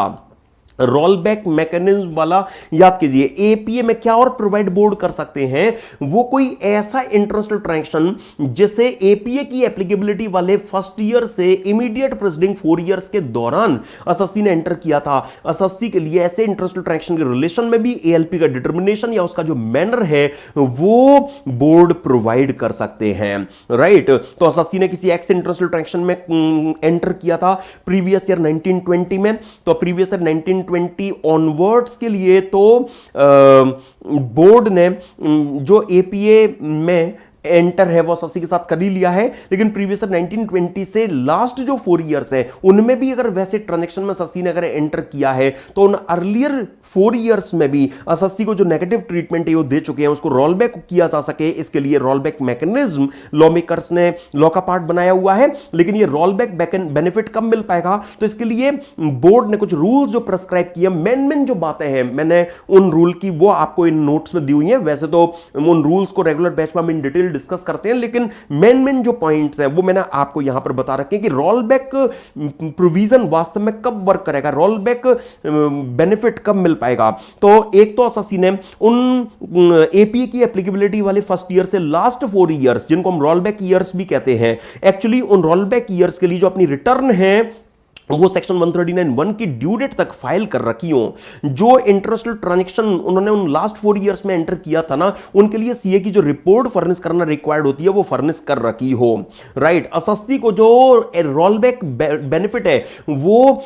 ऑल 4 इयर्स के लिए रिक्वेस्ट करना पड़ेगा। वो चूज ही नहीं बन सकते कि वो एपीए की एप्लीकेबिलिटी वाले फर्स्ट ईयर से लास्ट 4 इयर्स में से चाहें कि केवल 2 साल के लिए ही हमें रोल बैक बेनिफिट मिल जाए, बाकी 2 साल में तो अगर ये एपीए लगेगा तो हम पर डिमांड बन जाएगी, तो उनको छोड़ देते हैं ना। ऐसे केस में माय डियर फ्रेंड्स आप या तो रोल बैक रिक्वेस्ट कीजिए मत, और अगर करना है तो आपको ऑल जो रोल बैक ईयर्स है उन ऑल 4 रोल बैक ईयर्स के लिए रिक्वेस्ट करना पड़ेगा। और कब रोल बैक प्रोविजन आप पर नहीं लगेंगे, जब आप जिस ट्रांजैक्शन के रिस्पेक्ट में रोल बैक बेनिफिट चाहते हैं, अगर आपने ईओक्यूएस एक्ट को पहले ही अपील में चैलेंज कर दिया था, एपलेट ट्रिब्यूनल तक आप उस केस को ले गए थे, और एपीए पिक्चर में आता उससे पहले ही आईटीएटी ने उस मैटर को फिनिश कर दिया है। आईटीएटी ने अपना ऑर्डर पास करके उस मैटर को डिस्पोज ऑफ कर दिया है। ओके, मतलब ऐसा नहीं कि आईटीएटी ने बस केवल और केवल जो असेसमेंट है उसको सेटिसाइड करके ईओ को केस रेफर बैक कर दिया है, रिमांड बैक कर दिया है, तो केस कंप्लीट नहीं कहलाएगा, राइट। ट्रिब्यूनल ने उस केस को अपने लेवल पर ही सॉल्व कर दिया है। ओके, या फिर माय डियर फ्रेंड्स सबसे जरूरी बात कि जहां पर उन अर्लियर ईयर्स मतलब उन 4 इयर्स के लिए जब रोल बैक बेनिफिट जब रोल बैक प्रोविजन लगेगा तो उसके इफेक्ट से क्या होगा, एसएससी ने अपनी रिटर्न में जो इनकम दिखाई थी वो इनकम और डाउन हो जाएगी, या एसएससी का जो लॉस है वो बढ़ जाएगा। तो माय फ्रेंड्स एसएससी ने जो रिटर्न में इनकम दिखाई थी वो इनकम भी अगर डाउन चली जाएगी उन रोल बैक ईयर के लिए, तो ये रोल बैक प्रोविजन एप्लीकेबल नहीं होंगे। एसएससी ने इनकम दिखाई थी 90 लाख की, ओके, एओ ने असेसमेंट किया था उन अर्लियर 4 इयर्स में से किसी ईयर के लिए 200 लाख पर। अब एपीए जब हुआ तो एपीए से 90 लाख रुपीस वाली जो फिगर है जो एओ ने 200 लाख बना दी थी, अगर एपीए से वो 200 लाख 180 लाख होता है चलेगा, तो एपीए वर्क करेगा। ओके, लेकिन अगर एसएससी ने सपोज 90 लाख की फिगर दिखाई थी और 90 लाख से भी अगर वो केवल 80 लाख अगर हो जाएगी एपीए के इफेक्ट से, तो फिर वहां पर वो रोल बैक वाला पॉइंट नहीं लगेगा। ओके फ्रेंड्स, तो ये कुछ मेन जो पॉइंट्स है वो मैंने रूल 10 MA के आपको यहां पर बता दिए हैं। बाकी रूल 10 MA का रिमेनिंग पार्ट या रूल 10 RA वगैरह वो सब रेगुलर बैच का पार्ट एंड पार्सल एग्जाम के लिए जो मेनली ज्यादा रेलिवेंट थे वो एरिया मैंने आपके सामने यहां रखा। और अब जब एडवांस प्राइसिंग एग्रीमेंट हो जाता है तो उसके इफेक्ट को लेकर जो सेक्शन 92 CD है वो रिकॉल कीजिए। देखिए, एपीए की एप्लीकेबिलिटी वाले किसी प्रीवियस ईयर की अगर आप रिटर्न अगर एपीए से पहले ऑलरेडी फर्निश कर चुके हैं तो आपकी ड्यूटी होगी क्या कि आप एक मॉडिफाइड रिटर्न फर्निश करेंगे। सर कब तक? With in 3 months. तो कब से 3 मंथ्स? तो एपीए जिस मंथ में एंटर हुआ है ना, उस मंथ के क्लोज होने से 3 मंथ्स के अंदर अंदर आपको एक मॉडिफाइड रिटर्न फर्निश करनी होगी जिसमें आप एपीए का इफेक्ट उस ईयर के लिए दिखाओगे और वो रिटर्न आपकी सेक्शन 139 की रिटर्न मानी जाएगी। अब हुआ क्या, एसएससी ने जब मॉडिफाइड रिटर्न फर्निश की तो मॉडिफाइड रिटर्न की फाइलिंग की डेट पर सपोज उस ईयर का कोई असेसमेंट या रीअसेसमेंट पेंडिंग बना हुआ था, तो एओ की ड्यूटी होगी कि वो उस एपी एंड मॉडिफाइड रिटर्न को कंसीडर करके ही उस पेंडिंग असेसमेंट रीअसेसमेंट को कंप्लीट करें। अब उस असेसमेंट रीअसेसमेंट के कंप्लीशन के लिए जो उनके पास में अदरवाइज टाइम लिमिट अवेलेबल है लॉ में, उसके अलावा उन्हें 1 ईयर एक्स्ट्रा यहां लॉ मेकर्स ने दे दिया है। अब ऐसा भी हो सकता है कैसा कि एओ प्रीमेच्योर डिलीवरी हो, जल्दबाजी में सारे काम करता हो। मतलब क्या कि उन्होंने मॉडिफाइड रिटर्न आती, मॉडिफाइड रिटर्न आए बिना ही मॉडिफाइड रिटर्न की टाइम लिमिट निकलती, उस टाइम लिमिट का के निकले बिना ही, मतलब मॉडिफाइड रिटर्न का वेट किए बिना ही उन्होंने एपीए की एप्लीकेबिलिटी वाले किसी ईयर का असेसमेंट रीअसेसमेंट तक कंप्लीट कर डाला। तो ऐसे केस में क्या होगा, ऐसे केस में उनको एपीए का इफेक्ट देने के लिए अपने उस earlier completed assessment reassessment order को अमेंड करना होगा, एक मॉडिफिकेशन ऑर्डर उन्हें पास करना होगा, और उसके लिए उन्हें 1 ईयर का टाइम मिलेगा। यस माय डियर फ्रेंड्स, जिस भी ईयर में एसएससी ने मॉडिफाइड रिटर्न फर्निश की, उस ईयर के क्लोज होने से उन्हें 1 ईयर का जो टाइम है वो यहां पर उस मॉडिफिकेशन ऑर्डर को पास करने के लिए यहां मिलेगा। अब आप नोट कीजिए इस बात को कि जो एपीए की पूरी स्कीम है माय डियर फ्रेंड्स, वो केवल और केवल इंटरनेशनल ट्रांजैक्शन के लिए लॉ में रखी गई है। यस माय डियर फ्रेंड्स, हां, not for specified domestic transaction. तो स्पेसिफाइड डोमेस्टिक ट्रांजैक्शन के केस में ये एपीए के रूल्स रेगुलेशंस एप्लीकेबल नहीं होते। और फ्रेंड्स याद कीजिए, जो एपीए है वो नॉर्मली तो किसी इंटरनेशनल ट्रांजैक्शन के रिस्पेक्ट में ही आप एएलपी के लिए बोर्ड से ऑब्टेन कर सकते थे, है ना। लेकिन फ्रेंड्स इसका स्कोप अब एक्सटेंड हो चुका है। पहले मैं आपको याद दिला दूं, आपने नॉन रेजिडेंट टैक्सेशन चैप्टर के रिवीजन सेशन में रिफ्रेश किया था ना कि अगर कोई नॉन रेजिडेंट जिसके ऑल ऑपरेशंस इन इंडिया नहीं है, ठीक है, मेनली वो अब्रॉड में अपने जो ऑपरेशंस है, बिजनेस ऑपरेशंस है, उनको कैरिड आउट कर रहे हैं, लेकिन उनके फ्यू ऑपरेशंस, उनके सर्टेन ऑपरेशंस इन इंडिया भी कैरिड आउट हो रहे हैं। तो उनके इंडियन ऑपरेशंस से जो रीजनेबल एट्रीब्यूटेबल इनकम होगी, वही सेक्शन 9 सबसेक्शन 1 क्लॉज 1 में उनकी इनकम डीम टू एक्टराइज इन इंडिया ट्रीट की जाएगी, टैक्स के लिए चार्जेबल बनाई जाएगी। तो अब उस पर डिस्प्यूट्स और लिटिगेशन को कम और खत्म करने के लिए लॉ मेकर्स ने बोर्ड को एम्पावर कर दिया है क्या, कि आप एडवांस, आप कोई person that is non resident जिसके लिए सेक्शन 9 सबसेक्शन 1 क्लॉज 1 में जो इंडियन ऑपरेशन से रीजनेबल एट्रीब्यूटेबल इनकम उनकी टैक्सेबल होनी है, उसके डिटर्मिनेशन के लिए भी एडवांस प्राइसिंग एग्रीमेंट में एंटर कर सकते हैं। मतलब आप इस एपीए में या तो वो इनकम ही जो उनकी इंडियन ऑपरेशन से रीजनेबल एट्रीब्यूटेबल इनकम ट्रीट की जाएगी वो डिटरमाइन करके खुद दे देंगे, या फिर वो मैनर आप बता सकेंगे जिसमें कि उनकी इंडियन ऑपरेशन से रीजनेबल एट्रीब्यूटेबल जो इनकम है वो डिटरमाइन होकर आएगी। ओके, तो पहले एपीए की स्कीम जो केवल इंटरनेशनल ट्रांजैक्शन के लिए हुआ करती थी, अब वो उसे सेक्शन 911 की जो इंडियन ऑपरेशन से रीजनेबल एट्रीब्यूटेबल इनकम के रिस्पेक्ट में भी उसका जो स्कोप है एपीए की स्कीम का जो एक्सटेंशन है वो कर दिया गया है। और आइए अब मैं आपको ले आया फ्रेंड्स सेफ हार्बर रूल वाला जो सेक्शन 92 सी भी है उसमें। फ्रेंड्स अगर सेक्शन 92 सी में एओ के द्वारा एएलपी का डिटरमिनेशन अगर किया जा रहा है, या फिर सेक्शन 92 सी में टीपीओ के द्वारा एएलपी का डिटरमिनेशन किया जा रहा है, that shall be subject to safe harbour rules. Board को यहां पावर मिली है क्या, आप सेफ हार्बर रूल्स फ्रेम कर सकते हैं। सर सेफ हार्बर का मतलब क्या, ऐसी सर्कमस्टेंसेस ना जिनमें एसएससी ने जो प्राइस डिक्लेयर कर दी वही इनकम टैक्स अथॉरिटी एक्सेप्ट करने के लिए ड्यूटी बाउंड होंगी, राइट। हां, बोर्ड ने इंटरनेशनल ट्रांजैक्शन के रिस्पेक्ट में रूल 10TA से रूल 10TG तक जो सेफ हार्बर रूल्स है वो इस रिलेशन में फ्रेम कर रखे हैं, जिसमें रूल 10TD में मेनली उन्होंने जो सर्कमस्टेंसेस है वो बताई हुई हैं। लेकिन सिंस वो इंटरनेशनल ट्रांजैक्शन के रिस्पेक्ट में जो सेफ हार्बर रूल्स हैं वो आपके एग्जाम के लिए रेलिवेंट असेसमेंट ईयर 25-26 के लिए अभी नोटिफाइड नहीं हुए हैं, एप्लीकेबल नहीं बने हैं, इसलिए उन पर आपको एग्जाम में क्वेश्चन दिया जाए पॉसिबिलिटी रिमोट है। लेकिन डोमेस्टिक स्पेसिफाइड डोमेस्टिक ट्रांजैक्शन के रिस्पेक्ट में जो सेफ हार्बर रूल्स है वो एवरग्रीन है, वो आपके एग्जाम के लिए एप्लीकेबल, रेलिवेंट असेसमेंट के लिए भी एप्लीकेबल है। तो हां माय डियर फ्रेंड्स, उनको हालांकि वे स्पेसिफाइड डोमेस्टिक ट्रांजैक्शन के रिस्पेक्ट में जो सेफ हार्बर रूल्स हैं वहां दो सर्कमस्टेंसेस हैं जो एक्चुअली बोर्ड ने रूल 10THC से स्पेसिफाई किए। मैं आपको रिकॉल करा देता हूं। पहली, जहां पर हमारी एसएससी ऐसी गवर्नमेंट कंपनी होगी जो पावर सेक्टर में फॉल कर रही होगी, वो अपने कंज्यूमर से जो टैरिफ वसूल रही हैं, चार्ज कर रही हैं, अगर वो टैरिफ एप्रोप्रिएट कमीशन के द्वारा, इलेक्ट्रिसिटी एक्ट के एप्रोप्रिएट कमीशन के द्वारा अगर वो टैरिफ डिटरमाइन या अप्रूव किया गया है, उतना टैरिफ अगर वो पावर सेक्टर में फॉल करने वाली गवर्नमेंट कंपनी अगर अपने कंज्यूमर से अगर वसूल कर रही है, इनकम टैक्स डिपार्टमेंट को शो कर रही है, तो उनकी बात मान ली जाएगी। दूसरे केस में हमारी एसएससी कोऑपरेटिव सोसाइटी जो अपने मेंबर से परचेज किए गए मिल्क और मिल्क प्रोडक्ट के लिए जो प्राइस उन्हें पेड दिखा रही हैं, जो उनके लिए परचेज प्राइस एक्सपेंस के तौर पर वो क्लेम कर रही होंगी, वो purchase price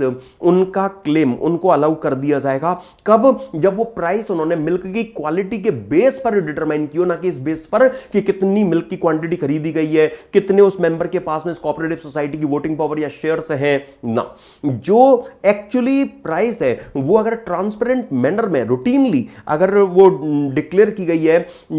actually public domain में रखी गई है कि अगर इस क्वालिटी का कोई भी मिल्क अगर हमें देगा तो हम इस प्राइस पर लेने के लिए तैयार है, तो ऐसी फेयर प्राइस के शो किए जाने पर डिपार्टमेंट मतलब इनकम टैक्स अथॉरिटी ऐसी प्राइस को यहां पर एक्सेप्ट कर लेंगी। तो ये जो सर्कमस्टेंसेस है वो मैंने जस्ट एडिशनली आपको रिफ्रेश कराई है, उतनी रेलिवेंट एग्जाम के लिए नहीं थी, इसलिए मैंने नोट्स का वो पार्ट नहीं बनाई है। एंड माय डियर फ्रेंड्स, जैसे एपीए की स्कीम एक्सटेंड हुई वैसे ही सेफ हार्बर रूल का भी जो स्कोप है वो एक्सटेंड कर दिया गया है। एक्चुअली बोर्ड को ये पावर मिल गई है क्या कि वो ऐसी सर्कमस्टेंसेस भी नोटिफाई कर सकती हैं जिसमें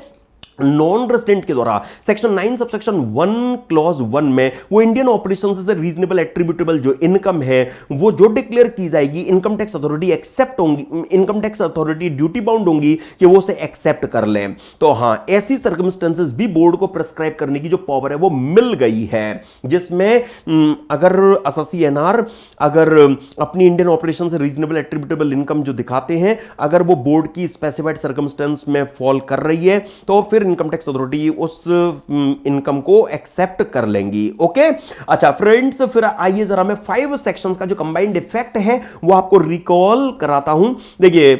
सबसे पहले जो प्रोसीजरल ऑब्लिगेशन वाले जो सेक्शन है, सेक्शन 92D और E, उसमें 92D में फ्रेंड्स लॉ मेकर्स ने कोई ऐसा ससी जिसने इंटरेस्ट ट्रैंजेक्शन या स्पेसिफाइड डोमेस्टिक ट्रैंजेक्शन में एंटर किया, इस रिलेशन में रिक्वायर किया है कि आपको जो प्रेस्क्राइब्ड इंफॉर्मेशन एंड डॉक्यूमेंट्स है वो कीप एंड मेंटेन करने होंगे। हाँ, उस केस को छोड़कर जहां पर ऐसे ट्रांजैक्शन की इन एग्रीगेट जो वैल्यू है वो 1 करोड़ से ज्यादा अगर ना हो तो उस केस को छोड़कर नॉर्मली अदरवाइज केस में मतलब जहां 1 करोड़ से ज्यादा अगर ऐसे ट्रांजैक्शन की इंडिविजुअली ना से इन एग्रीगेट वैल्यू अगर हमें देखने को मिलेगी तो आपको ऐसे ट्रांजैक्शन के रिस्पेक्ट में जो प्रेस्क्राइब्ड इंफॉर्मेशन डॉक्यूमेंट है वो कीप एंड मेंटेन करने होंगे, और वो भी प्रेस्क्राइब्ड पीरियड तक जो रेलिवेंट असेसमेंट ईयर से 8 years my dear friends board ने रूल 10D से प्रैक्टिकली प्रेस्क्राइब कर रखा है। ओके, तो सेक्शन 92D में सबसेक्शन 1 एंड 2 में लॉ मेकर्स ने जिस तरह की चीजें लॉ में प्रोवाइड की है वो आपने रिकॉल कर ली। एंड सेक्शन 92D में ही सबसेक्शन 3 में लॉ मेकर्स ने एसएससी को अप्लाइज किया है। किसके लिए? क्या आप लॉ मेकर्स ने एसएससी को अप्लाइज किया हुआ है सबसेक्शन 3 में किसके लिए? कि अगर आपको एओ या सीआईटी अपील से एक नोटिस मिले किसी ट्रांजैक्शन के रिस्पेक्ट में इंफॉर्मेशन डॉक्यूमेंट्स को फर्निश करने के लिए, तो आप उस नोटिस के मिलने से 10 डेज के अंदर अंदर वो इंफॉर्मेशन डॉक्यूमेंट आप उनके यहां फर्निश करेंगे। राइट ना फ्रेंड्स, एक्चुअली एओ सीआईटी के पास में ये पावर है कि वो एसएससी की रिक्वेस्ट पर उस 10 डेज के पीरियड को फर्दर एक्सटेंड कर सकते हैं, लेकिन एक्सटेंशन 30 डेज से ज्यादा नहीं होगा। राइट ना फ्रेंड्स, तो ये कुछ छोटी छोटी सी चीजें थी जो आपने यहां पर रिकॉल की। अब मैं यहीं पर आपको यह भी रिफ्रेश करा दूं कि अगर सपोज एसएससी को किसी इंटरेस्टेड ट्रांजैक्शन में सपोज उन्होंने एंटर किया तो उस रिलेटेड इंफॉर्मेशन डॉक्यूमेंट की मेंटेन करने थे, उन्होंने अगर वो मेंटेन नहीं किए तो सेक्शन 271AA में उन्हें उस ट्रांजैक्शन की वैल्यू के 2% के इक्विवेलेंट अमाउंट की जो पेनल्टी है वो लगाई जा सकेगी। Then my dear friends, suppose AO या सीआईटी ने उनसे किसी ट्रांजैक्शन के रिस्पेक्ट में जो इंफॉर्मेशन डॉक्यूमेंट्स है वो मांगी और उन्होंने मांगे जाने पर भी वो इंफॉर्मेशन डॉक्यूमेंट फर्निश नहीं की, तो फिर सेक्शन 271G में ऐसे ट्रांजैक्शन की वैल्यू के 2% के इक्विवेलेंट अमाउंट की पेनल्टी लगाई जा सकेगी। या सपोज एसएससी ने इंफॉर्मेशन तो फर्निश की लेकिन करेक्ट नहीं बल्कि झूठी इंफॉर्मेशन फर्निश की, तो तभी भी same amount of penalty 271AA में इंपोज करने की जो पावर है वो इन एओ और सीआईटी बिल को मिली हुई है। फ्रेंड्स, ऐसा भी केस बन सकता है कैसा कि सपोज एओ ने तो टीपीओ को इंटरेस्ट ट्रांजैक्शन की एलपी की डिटरमिनेशन का केस रेफर किया और टीपीओ ने उनको एक नोटिस देकर उनसे उस ट्रांजैक्शन की इंफॉर्मेशन डॉक्यूमेंट मंगाई और सपोज एसएससी ने टीपीओ की मांगे जाने पर भी वो इंफॉर्मेशन नहीं दी, तो ऐसे केस में 271G वाली जो पेनल्टी है वो ले भी करने की पावर लॉ मेकर्स ने टीपीओ को भी दे रखी है। अब 92D के बाद में जो 92E सेक्शन आप देखते हैं, पहले मैं वो आपके सामने यहां प्रेजेंट कर रहा हूं, फिर उसके बाद 92D का जो रिमेनिंग पार्ट है वो रखूंगा। देखिए, सेक्शन 92E में लॉ मेकर्स ने माय डियर फ्रेंड्स कोई ऐसा एसएससी जिसने interested transaction specified domestic transaction में एंटर किया हो, उनको रिक्वायर किया है किसके लिए कि आप चार्ट अकाउंटेंट से एक रिपोर्ट ऑब्टेन करोगे और उसे रिटर्न फाइलिंग ड्यू डेट से 1 मंथ प्रायर आप फर्निश करोगे। अगर सपोज उन्होंने ऐसी रिपोर्ट फर्निश नहीं की तो सेक्शन 271BA में 1 लाख की जो फिक्स्ड पेनल्टी है वो उन पर लगाई जा सकेगी। या सपोज एसएससी ने 10 ट्रांजैक्शन में एंटर किया लेकिन सीए को बताया 9, केवल 9 ट्रांजैक्शन के रिस्पेक्ट में रिपोर्ट लेकर उन्होंने फर्निश कर दी, तो जो ट्रांजैक्शन उन्होंने रिपोर्ट नहीं किया है, हाँ, उसके लिए उस ट्रांजैक्शन की वैल्यू के 2% के इक्विवेलेंट अमाउंट की जो पेनल्टी है वो 271 में लगाई जा सकेगी। अब सेक्शन 92 डी में ही माय डियर फ्रेंड सबसेक्शन 1 में लॉ मेकर्स ने कोई ऐसे एसएससी, कैसे एसएससी, जो किसी इंटरनेशनल ग्रुप की कॉन्स्टिट्यूएंट एंटिटी हो, मतलब पार्ट हो, लाइक इंटरनेशनल ग्रुप की कोई एक सब्सिडरी मान लेते हैं इंडिया में भी है, ठीक है, मान लिया हमने, तो friends constituent entity simply part. तो अब हमारी जो एसएससी है ना, वो सपोज किसी इंटरनेशनल ग्रुप की कॉन्स्टिट्यूएंट एंटिटी है, तो फिर उन्होंने भले ही किसी इंटरनेशनल ट्रांजैक्शन में एंटर ना किया हो, फिर भी उन्हें उस इंटरनेशनल ग्रुप के रेस्पेक्ट में जो प्रेस्क्राइब्ड इंफॉर्मेशन डॉक्यूमेंट्स है वो कीप एंड मेंटेन करने होंगे, एंड उन्हें प्रेस्क्राइब्ड इंफॉर्मेशन प्रेस्क्राइब्ड अथॉरिटी के यहां प्रेस्क्राइब्ड डेट तक फर्निश करना रिक्वायर बनेगा। तो लॉ मेकर्स ने सेक्शन 92 डी में सबसेक्शन 1 में ही जो इंटरनेशनल ग्रुप की कॉन्स्टिट्यूएंट एंटिटी है, पार्ट है, ऐसे एसएससी पर इंटरनेशनल ग्रुप के रेस्पेक्ट में प्रेस्क्राइब्ड इंफॉर्मेशन का कीपिंग एंड मेंटेनेंस, और सेक्शन 92 डी में सबसेक्शन 4 में उन्होंने प्रेस्क्राइब्ड इंफॉर्मेशन की जो फर्निशिंग है वो इंटरनेशनल ग्रुप की जो कॉन्स्टिट्यूएंट एंटिटी है उनके लिए रिक्वायर बनाया हुआ है। ओके फ्रेंड्स, इसको हम कहते हैं क्या, मास्टर फाइल रिपोर्टिंग, राइट ना फ्रेंड्स। आपने रेगुलर क्लास बेस्ट देख रखा है, तो उसमें तो माय डियर फ्रेंड्स आपको याद होगा ना, हम मास्टर फाइल रिपोर्टिंग को लेकर सारी जो चीजें वो डायग्रामेटिक शेप में डिस्कस करते हैं, वहां एक्चुअली रूल 10 वगैरह की बातें होती हैं कि जो ये इंटरनेशनल ग्रुप की जो कॉन्स्टिट्यूएंट एंटिटी है, इनको basically practically director general of income tax के द्वारा जो ऑथराइज्ड, जो my dear friends director general of income tax के द्वारा, डीजीआईटी के द्वारा जो ऑथराइज्ड जॉइंट डायरेक्टर होते हैं, वो यहाँ प्रेस्क्राइब्ड अथॉरिटी हैं, उन्हें फॉर्म 3CEAA पर ये जो मास्टर फाइल रिपोर्टिंग है वो करनी होती है। रिटर्न फाइलिंग ड्यू डेट वहां प्रेस्क्राइब्ड डेट होती है ना फ्रेंड्स। तो बस वही मास्टर फाइल रिपोर्टिंग को लेकर जो चीजें है ना, वो सेक्शन 92 डी सबसेक्शन 4 में रिक्वायर की गई है। सपोज उन्होंने अगर वो इंफॉर्मेशन फर्निश नहीं की, तो ऐसे केस में 5 लाख रुपीस की जो फिक्स्ड पेनल्टी है वो ऐसी इंटरेस्ट ग्रुप की कॉन्स्टिट्यूएंट एंटिटी है उन पर इंपोज की जा सकेगी। एंड आइए जरा फ्रेंड्स, अब मैं आपको ले आता हूं जो एक एंटी टैक्स अवॉइडेंस मेजर्स वाला सेक्शन है, सेक्शन 94A। उसमें देखिए, कोई ऐसी फॉरेन कंट्री या फॉरेन टेरिटरी जिसके जो इंडिया के साथ में टैक्स रिलेटेड मैटर पर इंफॉर्मेशन को इफेक्टिवली एक्सचेंज नहीं करती है, तो ऐसी फॉरेन कंट्री या फॉरेन टेरिटरी के पार्ट पर जो इंडिया के साथ इंफॉर्मेशन इफेक्टिवली एक्सचेंज नहीं करती है, इसको ध्यान में रखकर सेंट्रल गवर्नमेंट ऐसी फॉरेन कंट्री फॉरेन टेरिटरी को, मतलब ऐसी non cooperative foreign country foreign territory को वो एज नोटिफाइड जुरिडिक्शनल एरिया वो नोटिफाई कर सकती है ना। तो अब इसका रिजल्ट क्या आएगा कि इंडिया बेस्ड एसएससी अगर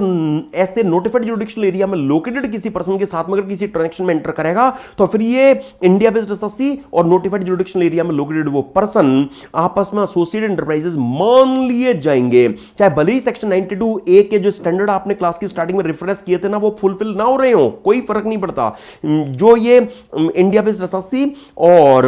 उस नॉन कोऑपरेटिव कंट्री के पर्सन जिनके साथ आपने ये डीलिंग की, आप और वे आपस में एसोसिएटेड एंटरप्राइज मान लिए जाएंगे, आपका ये ट्रांजैक्शन इंटरनेशनल ट्रैक्शन मान लिया जाएगा। मतलब बाय डिफॉल्ट जो ट्रांसफर प्राइसिंग प्रोविजंस हैं वो यहां पर पिक्चर में आ जाएंगे। इसी तरह से ये जो इंडिया बेस्ड एसएससी हैं, ये सपोज नोटिफाइड जुरिडिक्शनल एरिया में लोकेटेड किसी फाइनेंशियल इंस्टीट्यूशन को कोई पेमेंट करते हैं, जैसे मान लेते हैं कि इंडिया बेस्ड एसएससी ने सपोज कोई लोन लिया था, कोई नोटिफाइड जुरिडिक्शनल एरिया में लोकेटेड फाइनेंशियल इंस्टीट्यूशन से उन्होंने कोई बोरोइंग वगैरह की थी, तो उस पर वो इंटरेस्ट दे रहे हैं। तो अब ऐसे केस में इस इंडिया बेस्ड एसएससी का हो सकता है अपने बिजनेस में की गई इस बोरोइंग पर उनके द्वारा ये इंटरेस्ट दिया जा रहा हो, उनके बिजनेस का एक्सपेंस रहा हो, लेकिन ऐसे ही डिडक्शन नहीं दे देंगे। एक्चुअली ये जो इंडिया बेस्ड एसएससी हैं, इनको बोर्ड या बोर्ड के द्वारा other authorised income tax authority को ये लिख कर देना होगा, ये ऑथराइजेशन फर्निश करना होगा कि इनकम टैक्स डिपार्टमेंट, मतलब बोर्ड या बोर्ड की ऑथराइज्ड इनकम टैक्स अथॉरिटी आपके बिहाफ पर इस फाइनेंशियल इंस्टीट्यूशन से कोई भी रेलिवेंट इंफॉर्मेशन अगर मांगना चाहे तो वो मांग सकती है। और अगर आपने नहीं डिपार्टमेंट को इसके लिए ऑथराइज किया, मतलब ऐसा ऑथराइजेशन फर्निश नहीं किया, तो होगा ये पेमेंट आपका आपके बिजनेस रिलेटेड पेमेंट, लेकिन आपको इस पेमेंट को एज एक्सपेंस अलाउ नहीं किया जाएगा। देन फ्रेंड्स, फाइनेंशियल इंस्टीट्यूशन के साथ जो ट्रांजैक्शन किया उसके लिए तो हमने ऑलरेडी आपको रिक्वायरमेंट एक लगा दी, अब आप उस केस को छोड़ दो। उसके अलावा India based SSC notified jurisdictional area में लोकेटेड पर्सन के साथ किसी भी ट्रांजैक्शन में अगर एंटर करते हैं, लाइक उनसे उन्होंने टेक्निकल सर्विसेज ली तो फीस पे कर रहे हैं, कोई एसेट खरीदी तो उस पर डेप्रिसिएशन लेना चाह रहे हैं, तो नॉन कोऑपरेटिव कंट्री में लोकेटेड पर्सन के साथ में अगर आपने किसी भी ट्रांजैक्शन में एंटर किया, उससे जो भी आपका एक्सपेंस या अलावेंस अराइज हो रहा है उसकी डिडक्शन आपको चाहिए, तो उसके लिए आपको प्रिस्क्राइब्ड डॉक्यूमेंट्स मेंटेन करने होंगे, प्रिस्क्राइब्ड इंफॉर्मेशन फर्निश करनी होंगी। और अगर आपने ऐसा नहीं किया तो होगा वो आपका एक्सपेंस अलावेंस, आपके बिजनेस रिलेटेड एक्सपेंस अलावेंस, लेकिन हम आपको उसकी डिडक्शन नहीं दे पाएंगे। देन माय डियर फ्रेंड्स, एक यूनिक केस, सपोज कोई इंडिया बेस्ड पर्सन है, मान लिया मैंने मिस्टर एक्स, उन्होंने नोटिफाइड जुडिशियल एरिया में लोकेटेड कोई पर्सन थे मिस्टर जॉन, उनसे सपोज कोई लोन लिया है, मान लेते हैं $10 लाख का। ओके, $10 लाख का जो अमाउंट है वो उन्होंने एज लोन रिसीव किया है। तो अब इस इंडिया बेस्ड एसएससी की ये ड्यूटी है कि वो इनकम टैक्स डिपार्टमेंट को एक्सप्लेन करेंगे कि ये $10 लाख मिस्टर जॉन के पास में कहां से आया, मिस्टर जॉन के पास में आपको देने के लिए $10 लाख का जो अमाउंट है वो कहां से आया। ये इस रेसिपिएंट मिस्टर एक्स की ड्यूटी होगी। मतलब मिस्टर एक्स जॉन के पास जाए, उनको कहें कि आप हमें एक तो 10 लाख का आप एक तो हमें $10 लाख का लोन दे दो और सही सही बताओ कि आपके पास में $10 लाख कहां से आए, हमें आपके बारे में अपने इंडियन इनकम टैक्स डिपार्टमेंट को बताना है। तो मिस्टर जॉन क्या कहेंगे, दूसरा दरवाजा खटखटा लो आप, मैं अपने सोर्सेज आपको क्यों एक्सप्लेन करूं, है ना। तो प्रैक्टिकली ये जो मिस्टर एक्स है वो गिवर के पास में आपको देने के लिए पैसा कहां से आया, उसका सोर्स ये मिस्टर एक्स प्रैक्टिकली एक्सप्लेन कर नहीं पाएंगे। तो इनके पार्ट पर अगर फेलोर होगा तो वो जो रिसीट है, भले वो आपकी लोन रिसीट है, लेकिन ये रिसीट आपकी इनकम यहां पर मान ली जाएगी। तो बस लॉ मेकर्स चाहते ये हैं कि आपको अगर कोई भी अमाउंट रिसीव करना है, लाइक लोन वगैरह भी लेना है, तो आप वो नॉन कोऑपरेटिव कंट्री छोड़ दो, कहीं और से ले लो, है ना। क्योंकि अगर आपने ऐसा किया तो फिर हम इस तरह की जो यूनिक कंडीशन है वो आप पर अटैच कर रहे हैं, जो प्रैक्टिकली आप फुलफिल कर नहीं पाओगे तो आपको नेगेटिव कॉन्सिक्वेंस फेस करना पड़ जाएगा। Okay, then my dear friends, section 94A में ही लॉ मेकर्स ने ये एक मैसेज और पास ऑन किया है कि अगर कोई India based SSC non cooperative country, non notified judicial area में लोकेटेड पर्सन को कोई पेमेंट जो करने जा रहे हैं, अगर वो टीडीएस के लिए लायबल है तो उन्हें टीडीएस एटलीस्ट 30% काटना है। मतलब क्या कि नॉर्मली जो टीडीएस का रेट बनता है वो रखना, 30% से कंपेयर करना, विच एवर इज हायर, जो भी हायर रेट हो उससे टीडीएस काटना, and effect of surcharge and cess will work as usual. तो फ्रेंड, जैसे अगर मैं यहां पर मान लूं कि infrastructure debt fund suppose payer है, ओके, वो अगर नोटिफाइड जुडिशियल एरिया में लोकेटेड पर्सन, मतलब इंडिया के लिए तो नॉन रेजिडेंट हो गए, अब इंफ्रास्ट्रक्चर डेट फंड के द्वारा सपोज जो इंटरेस्ट का पेमेंट है वो उस नॉन रेजिडेंट को, नोटिफाइड जुडिशियल एरिया में लोकेटेड पर्सन को किया जा रहा है। तो आपने फॉरेन टैक्सेशन चैप्टर में देखा था ना, सेक्शन 194LB में 5% से नॉर्मली इंफ्रास्ट्रक्चर डेट फंड को टीडीएस काटना था, लेकिन सिंस पेई एनआर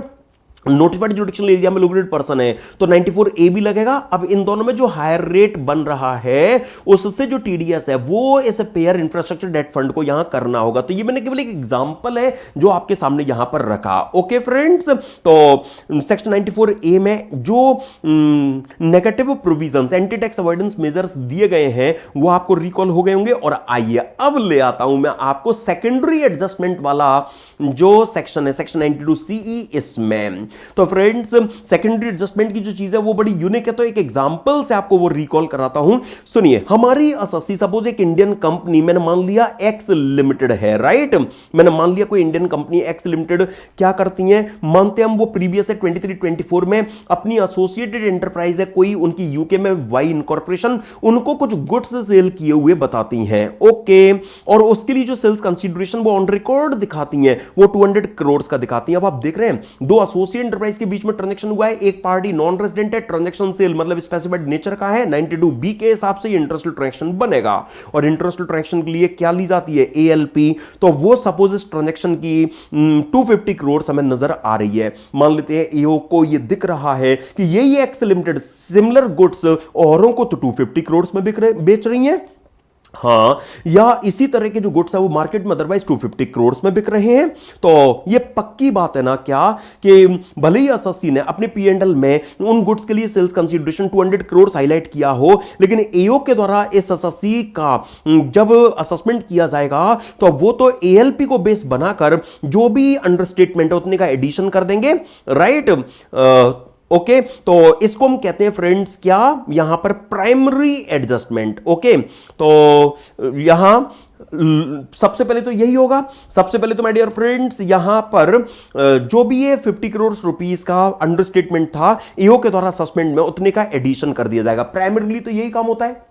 लेकिन लॉ मेकर्स ने सेकेंडरी एडजस्टमेंट के लिए क्या थीम अडॉप्ट की हुई है, रिकॉल कीजिए कि कोई भी भला 250 करोड़ की वर्थ वाले गुड्स को 200 करोड़ में बेचकर 50 करोड़ का अपना नुकसान क्यों करेंगी, कभी नहीं करेंगी। यह पक्की बात है कि एक्स लिमिटेड ने वाइन कॉर्पोरेशन को वो 250 करोड़ की वर्थ वाले जो गुड्स है वो 250 करोड़ में ही बेचे होंगे। अभी 200 करोड़ उनको रियलाइज हुआ है, इसलिए उन्होंने उसी को यहां हाईलाइट किया है। 50 करोड़ रुपीस का जो एक्सेस मनी है वो अभी इस एक्स लिमिटेड का उस वाइन कॉर्पोरेशन के पास एग्जिस्ट कर रहा होगा। हो सकता है एक्स लिमिटेड यूके में ही उस 50 करोड़ रुपीस के मनी को अदरवाइज यूटिलाइज करने के लिए प्लान कर रही हो, या सही समय देखकर वो इंडिया में रिपेट्रिएट करके उसे ले आएंगी। लेकिन वो 50 करोड़ रुपीस का जो मनी है सिंस वाइन कॉर्पोरेशन के पास अभी उनका एग्जिस्ट कर रहा होगा, तो फंड की अपॉर्चुनिटी कॉस्ट होती है, तो हो सकता है अनऑफिशियली ये एक्स लिमिटेड उस वाइन कॉर्पोरेशन से कुछ इंटरेस्ट इनकम वगैरह भी कमा रही हो, है ना। तो लॉ मेकर्स ने यहां पर क्या मैसेज पास ऑन किया कि हम आपको एक टाइम बताएंगे, ओके, हम आपको एक टाइम देंगे, उस टाइम में आप ये जो एक्सेस मनी है उसे इंडिया में रिपेट्रिएट करके ले आना। ओके तो फ्रेंड्स, सबसे पहले तो आप ये कंसीडरेशन में लेकर चले कि यहां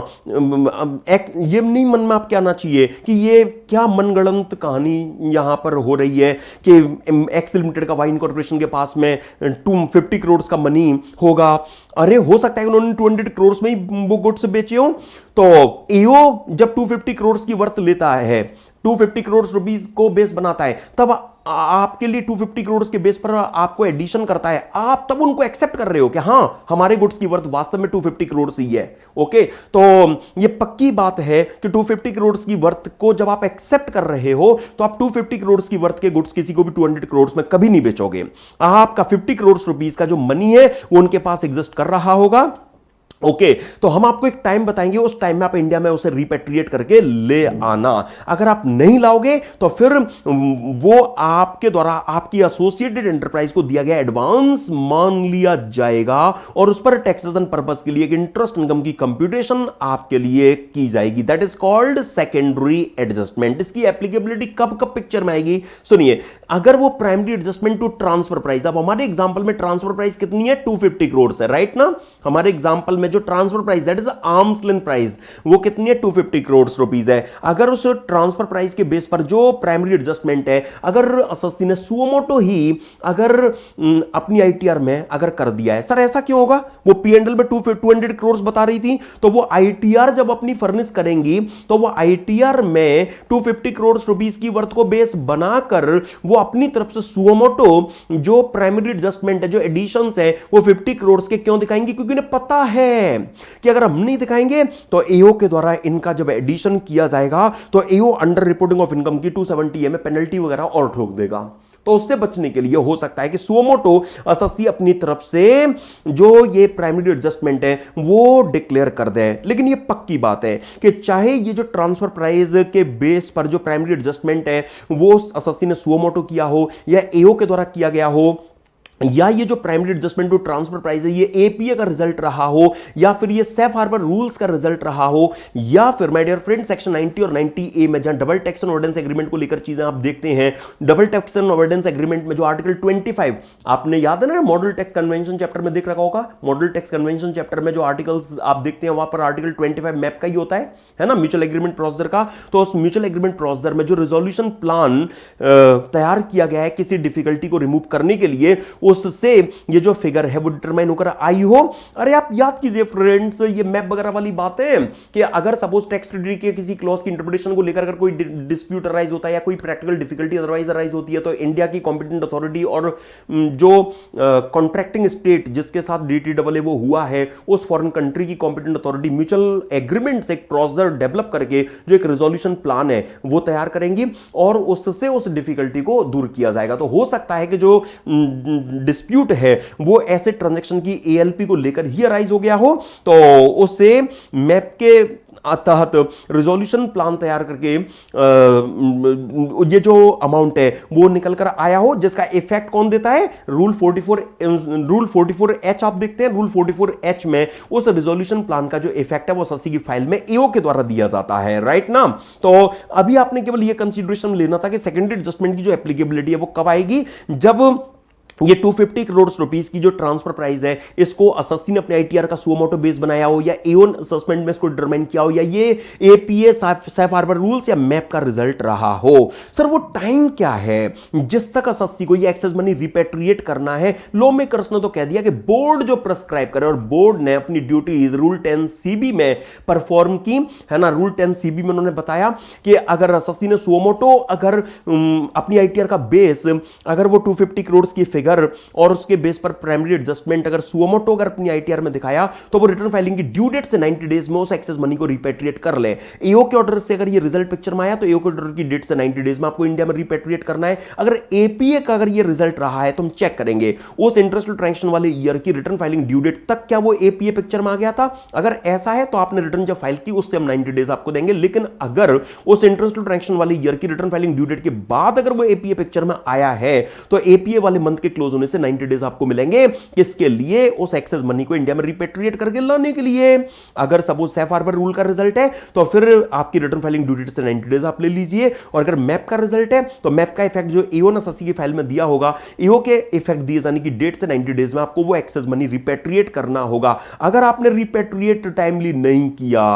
अगर आपने उस एक्सेस मनी को होली या partly with in 90 days repatriate नहीं किया, तो इसका रिजल्ट क्या होगा? वो नॉन रिपेट्रिएटेड अमाउंट आपके द्वारा अपनी एसोसिएट एंटरप्राइज को दिया गया एडवांस मान लिया जाएगा, और उस पर टैक्सेशन पर्पस के लिए फिर एक इंटरेस्ट इनकम कंप्यूट की जाएगी। सर किस पीरियड के लिए हम वो कंप्यूट करेंगे और क्या रेट लेंगे? ये दो इश्यू अराइज होते हैं। तो सबसे पहले रेट की बात निपटाते हैं। सुनिए फ्रेंड्स, इसके लिए हम क्या रेट यहां पर यूज में लेंगे, तो देखेंगे हम अगर वो इंटरेस्ट ट्रांजैक्शन अगर इंडियन करेंसी में डिनोमिनेटेड है, तो my dear friends relevant previous year मतलब क्या? वो प्रीवियस ईयर जिसके लिए आप वो इंटरेस्ट इनकम कंप्यूट कर रहे हैं। तो प्रीवियस ईयर फॉर विच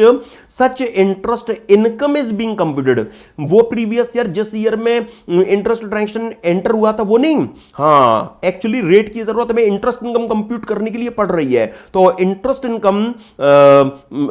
जिस प्रीवियस ईयर के लिए कंप्यूट हो रही है, तो previous year for which such interest income is being computed, वो यहां पर रेलिवेंट ईयर बनेगा। ओके, उस प्रीवियस ईयर के फर्स्ट डे पर जो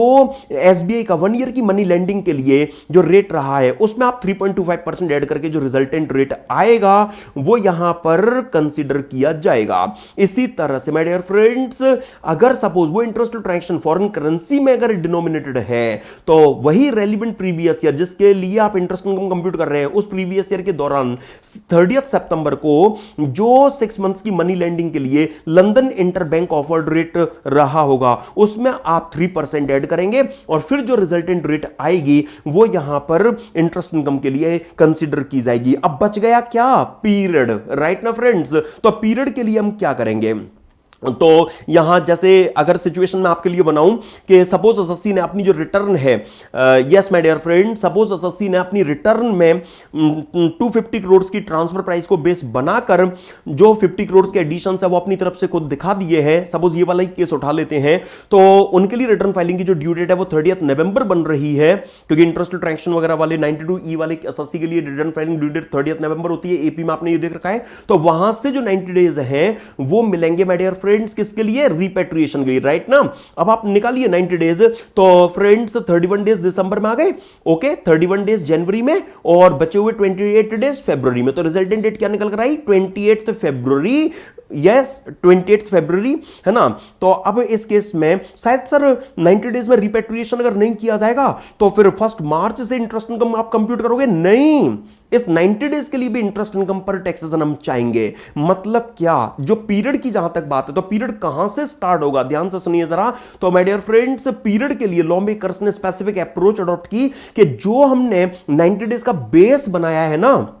रिटर्न फाइलिंग की ड्यू डेट, इस केस में जो हमने आप जहां से हमने आपको 90 डेज दिए हैं, अगर आप इस 90 डेज में रिपेट्रिएशन कर लेते तो अच्छी बात थी। आपने नहीं किया तो रिटर्न फाइलिंग ड्यू डेट से ही जो पीरियड है वो स्टार्ट हो जाएगा इंटरेस्ट इनकम की कंप्यूटेशन के लिए। यहीं से जो पीरियड है वो स्टार्ट हो जाएगा। तो 30 नवंबर ड्यू डेट है, तो 30 नवंबर से मतलब क्या? 1 दिसंबर से, ओके, नेक्स्ट डे से। तो एग्जाम पर्पस के लिए, प्रैक्टिकल पर्पस के लिए आप ये ध्यान रखेंगे कि हम नेक्स्ट डे से जो कैलकुलेशन है वो यहां पर करेंगे। सिमिलर सिमिलरली एओ के ऑर्डर की डेट से हमने आपको 90 डेज दिए थे, किसके लिए कि आप एक्सेस मनी इंडिया में रिपेट्रिएट करके ले आते, आप नहीं लाए तो यहीं से इंटरेस्ट इनकम का जो पीरियड है वो स्टार्ट हो जाएगा। रूल 10CB में इस तरह की अप्रोच अडॉप्ट की गई है। Similarly suppose APA return filing due date के बाद एंटर हुआ, तो हमने आपको एपीए वाले मंथ के क्लोज होने से जो 90 डेज है वो दिए थे, किसके लिए, इंडिया में उस एक्सेस मनी को रिपेट्रिएट करके लाने के लिए। आपने नहीं लाए तो एपीए के वाले मंथ के क्लोज होने से ही, एपीए वाले मंथ के क्लोज होने से ही जो इंटरेस्ट इनकम के लिए पीरियड है वो यहां पर कंसीडर कर लिया जाएगा। ओके, इसी तरह से अगर सेफ हार्बर रूल वाला केस था तो हमने आपको ड्यू डेट से 90 डेज दिया था, आपने रिपेट्रिएट नहीं किया 90 डेज में, तो रिटर्न फाइलिंग ड्यू डेट से ही जो इंटरेस्ट इनकम के लिए पीरियड है वो यहां पर कंसीडर कर लिया जाएगा। ओके, हमने आपको मैप वाले केस में एओ जिस डेट पर आपकी फाइल में इफेक्ट उस रिजोल्यूशन प्लान का देता है वहीं से 90 डेज आपको दिए थे, किसके लिए, इंडिया में रिपेट्रिएट करके लाने के लिए। आप नहीं लाए तो फिर एओ के द्वारा आपकी फाइल में इफेक्ट दिए जाने की डेट से ही जो इंटरेस्ट इनकम का पीरियड है वो यहां स्टार्ट हो जाएगा। बस मतलब आप देखो ये जो केस थे इनमें जो बेस था 90 डेज की टाइम लिमिट का, उसी से जो इंटरेस्ट इनकम का पीरियड का बेस है वो यहां बना दिया गया है। एक केस में फर्क है कि जहां पर APA return filing due date तक अगर हो गया हो तो उस केस में हमने आपको रिटर्न फाइलिंग डेट से 90 डेज दिए थे। अगर आप इसमें रिपेट्रिएशन नहीं करेंगे तो ऐसे केस में ड्यू डेट फॉर आरओआई, जो आपके लिए रिटर्न फाइलिंग की ड्यू डेट रहेगी, हां जो रिटर्न फाइलिंग की ड्यू डेट आपके लिए रहेगी दैट इज 30 नवंबर प्रैक्टिकली, वहां से जो इंटरेस्ट इनकम का पीरियड है वो स्टार्ट होगा। वहां से जो इंटरेस्ट इनकम है, मतलब 90 डेज तो मिले थे एक्चुअली रिटर्न फाइलिंग की डेट से, लेकिन जब नहीं उस डेट से 90 डेज में रिपेट्रिएशन करोगे तो जो इंटरेस्ट इनकम के लिए पीरियड है वो आपकी date of filing of ROI नहीं बल्कि due date of ROI base बनाई जाएगी। राइट ना फ्रेंड्स, तो ये हम कह सकते हैं कि पीरियड को लेकर जो अप्रोच है वो बोर्ड ने रूल 10CB में अडॉप्ट की हुई है। ओके, तो मैं उम्मीद कर रहा हूं कि इंटरेस्ट इनकम के लिए पीरियड क्या कंसीडर किया जाएगा वो आपको चीजें यहां अच्छे से रिफ्रेश हो गई होंगी। राइट ना फ्रेंड्स, और देखिए यहां दो केस में आपको वो रिकॉल करा दूं जिनमें ये सेकेंडरी एडजस्टमेंट की जो प्रोविजंस है वो एप्लीकेबल नहीं बनाए गए हैं, जहां पर प्राइमरी एडजस्टमेंट का जो अमाउंट अगर वो 1 करोड़ से ज्यादा नहीं है, ओके, या फिर जो प्राइमरी एडजस्टमेंट हुआ है अगर वो प्रीवियस ईयर 15-16 या उससे भी पहले के ईयर के लिए हुआ था तो इतने गड़े मुर्दे नहीं उखाड़ेंगे हम। हां, तो अगर केस प्रीवियस ईयर 2015-16 या उससे भी अर्लियर ईयर का रहा है तो उसके लिए सेकेंडरी एडजस्टमेंट को अंजाम नहीं दिया जाएगा। राइट ना फ्रेंड्स, तो देखिए ये तो बस मेरा टारगेट है कि जो कॉन्सेप्चुअल जो थिंग्स है वो आपको मैं क्विकली रिफ्रेश करा दूं। ये पीरियड वाली जो भी बातें हैं ना, मैंने आपको देखिए ये रिविजनरी नोट, ये जो समरी नोट्स हैं उनमें इस सेक्शन 92C जिसमें सेकेंडरी एडजस्टमेंट की सारी बातें, उसके कनेक्शन में जो रूल 10CB जो एग्जिस्ट कर रहा है वहां पर पीरियड को लेकर ये सारी जो बातें हैं वो देखिए आपको ये यहां पर दी गई हैं। ओके, तो यही सारी चीजें रेट को लेकर ये सारी बातें जो मैंने अभी आपको रिफ्रेश कराई, यही सारी बातें माय डियर फ्रेंड्स आपको यहां पर ये गिवन है। बस एक फर्क है क्या कि लॉ मेकर्स ने डायरेक्ट में असेसिंग ऑफिसर का जिक्र किया है और बेसिकली बोर्ड ने रूल 10CB के थ्रू ये मैसेज हमें पास ऑन किया है क्या कि अगर एओ ने असेसमेंट में ना सही, सपोज एपेलेट अथॉरिटी अगर अपील के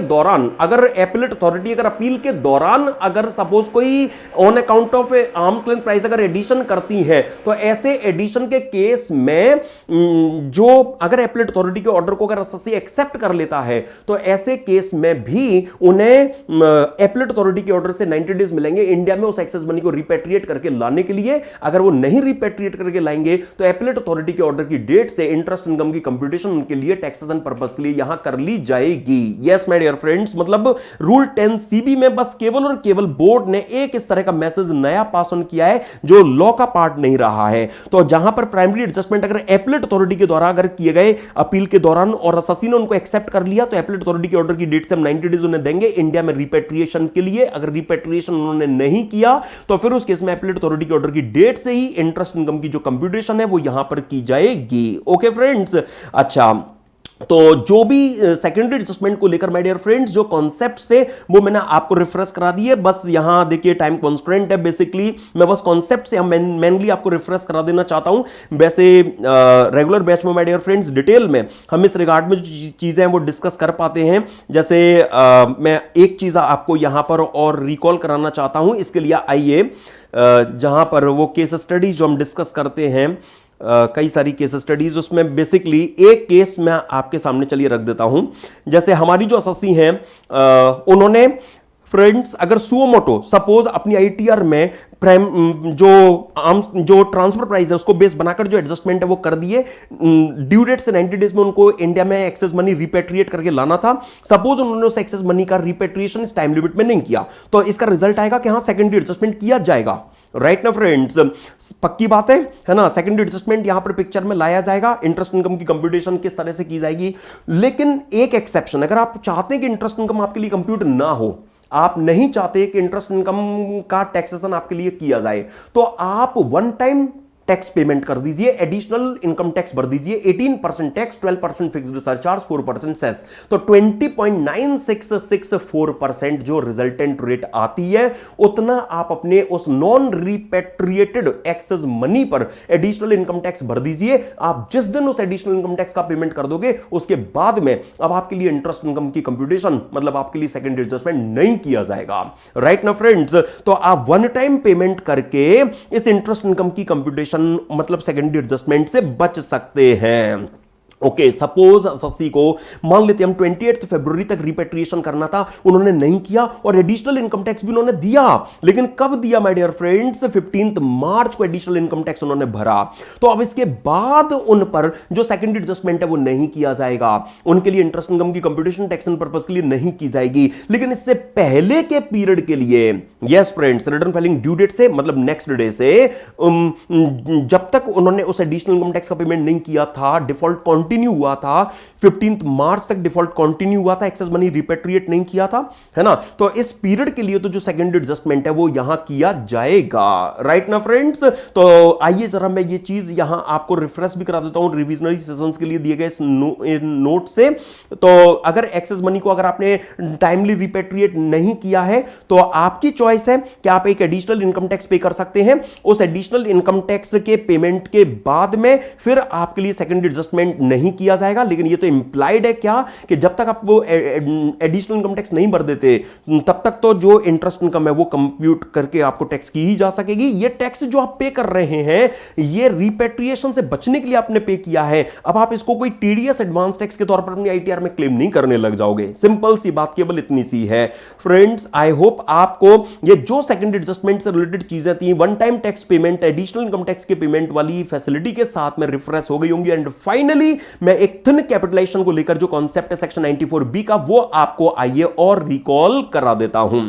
सेक्शन 94B के लिए याद कीजिए हमारी जो एसएससी है वो कोई इंडियन कंपनी है, ऐसी फॉरेन कंपनी होनी चाहिए जिनका इंडिया में permanent establishment like branch office वगैरह हो। अच्छा, और इन्हें डेट इशू हुआ है किनके द्वारा, इनकी फॉरेन एसोसिएटेड एंटरप्राइज के द्वारा।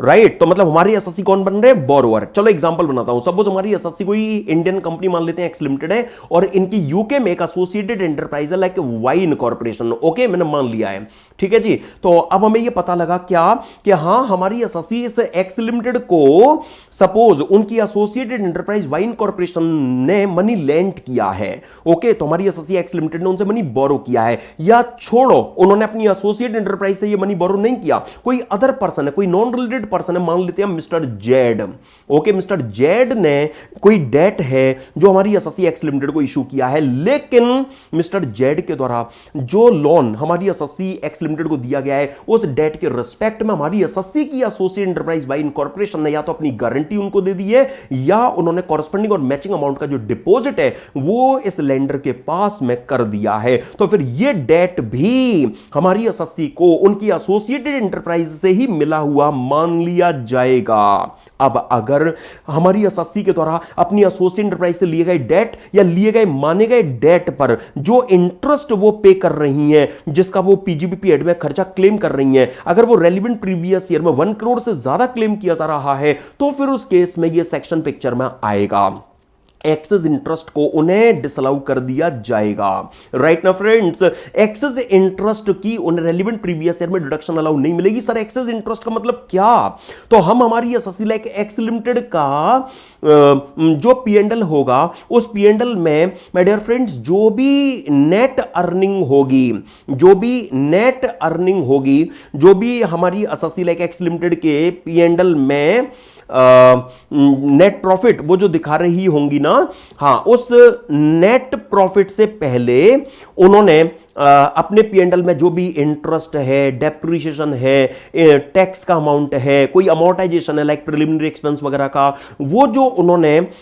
दिखा रखा है, बेसिकली ये जो भी इंटरेस्ट, टैक्स, डेप्रिसिएशन, अमोर्टाइजेशन है, हम इनका जो इफेक्ट है वो इफेक्ट यहां पर रिवर्स कर देंगे। हम एसएससी के उस नेट प्रॉफिट में इनका इफेक्ट रिवर्स कर देंगे तो आ जाएगा क्या? EBITDA, earning before interest, tax, depreciation, amortisation. Okay, earning before interest, taxes, depreciation, amortisation. तो जो इबिटडा आएगा उसका 30% बन गई एक लिमिट। अब हमारी एसएससी ने अपनी एसोसिएटेड इंटरप्राइज से लिए गए डेट या लिए गए माने गए डेट पर जो टोटल इंटरेस्ट का क्लेम अपने पीएनएल में मांगा है, अगर वो लिमिट से अगर ज्यादा है, मतलब अगर कोई पॉजिटिव साइन आ रहा है, तो वो एक्सेस इंटरेस्ट कहलाएगा। उसकी रेलिवेंट प्रीवियस ईयर में तो जो डिडक्शन है वो नहीं मिलेगी। जैसे प्रीवियस 24-25 में लिमिट से ज्यादा इंटरेस्ट उन्होंने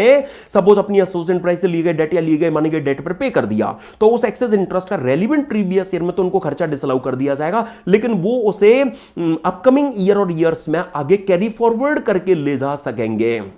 वो नेक्स्ट 8 इयर्स तक उसको कैरी फॉरवर्ड करके ले जा सकेंगे। उन्हें नेक्स्ट 8 इयर्स तक उस अर्लियर डिसअलाउड इंटरेस्ट का जो अलावेंस है वो मिल सकेगा, बट सब्जेक्ट टू लिमिट। मतलब क्या कि जो आपने ब्रॉट फॉरवर्ड अनअलाउड इंटरेस्ट जो किया, ओके, जो 24-25 में आपका इंटरेस्ट अलाउड नहीं हुआ था, वो इंटरेस्ट कंपोनेंट, वो अर्लियर डिसअलाउड इंटरेस्ट कंपोनेंट, अब प्रीवियस से 25-26 के लिए जो लिमिट बनेगी, प्रीवियस से 25-26 का जो अपना इंटरेस्ट होगा वो एडजस्ट करने के बाद में अगर कोई अनएग्जॉस्टेड लिमिट है, कोई सरप्लस लिमिट बची हुई है, तो उस हद तक आप अपने उस ब्रॉट फॉरवर्ड अनअलाउड इंटरेस्ट को यहां और कंसीडर कर सकेंगे। मतलब किसी भी ईयर में जिसमें आप अर्लियर ईयर से कोई ब्रॉट फॉरवर्ड अनअलाउड इंटरेस्ट ला रहे हैं, उस सब्सिक्वेंट ईयर की अपनी लिमिट क्रॉस नहीं होने देंगे। उस सब्सिक्वेंट ईयर की जो अपनी लिमिट है उस लिमिट तक ही आप उस ब्रॉट फॉरवर्ड अनअलाउड इंटरेस्ट की डिडक्शन ले सकेंगे। जैसे ब्रॉट फॉरवर्ड अनअलाउड इंटरेस्ट मान लेते हैं कि सपोज 10 लाख का है, छोटा सा फिगर ले लेते हैं, और सपोज प्रीवियस 25-26 की जो लिमिट बन रही है, मान लेते हैं वो बन रही है 120 लाख की, और सब प्रीवियस 25-26 में इन्होंने खुद एसोसिएट प्राइस से लिए गए डेट पर जो इंटरेस्ट पे किया है, मान लेते हैं कि वो इंटरेस्ट सपोज 118 लाख रहा है। ओके, तो 120 लाख की लिमिट में से 118 लाख पहले एडजस्ट हुआ, अब 2 लाख जो बच गया लिमिट का पोर्शन, ब्रॉट फॉरवर्ड अनअलाउड इंटरेस्ट में से 10 लाख में से केवल 2 लाख आप इस 25-26 में एडजस्ट करेंगे। बाकी जो 8 लाख है उसके लिए बाकी भी 7 इयर्स पड़े हुए हैं, आप उन्हें फर्दर नेक्स्ट ईयर तक कैरी कर लीजिए, बाकी बचे हुए 8 लाख को। तो मतलब सब्सिक्वेंट ईयर की लिमिट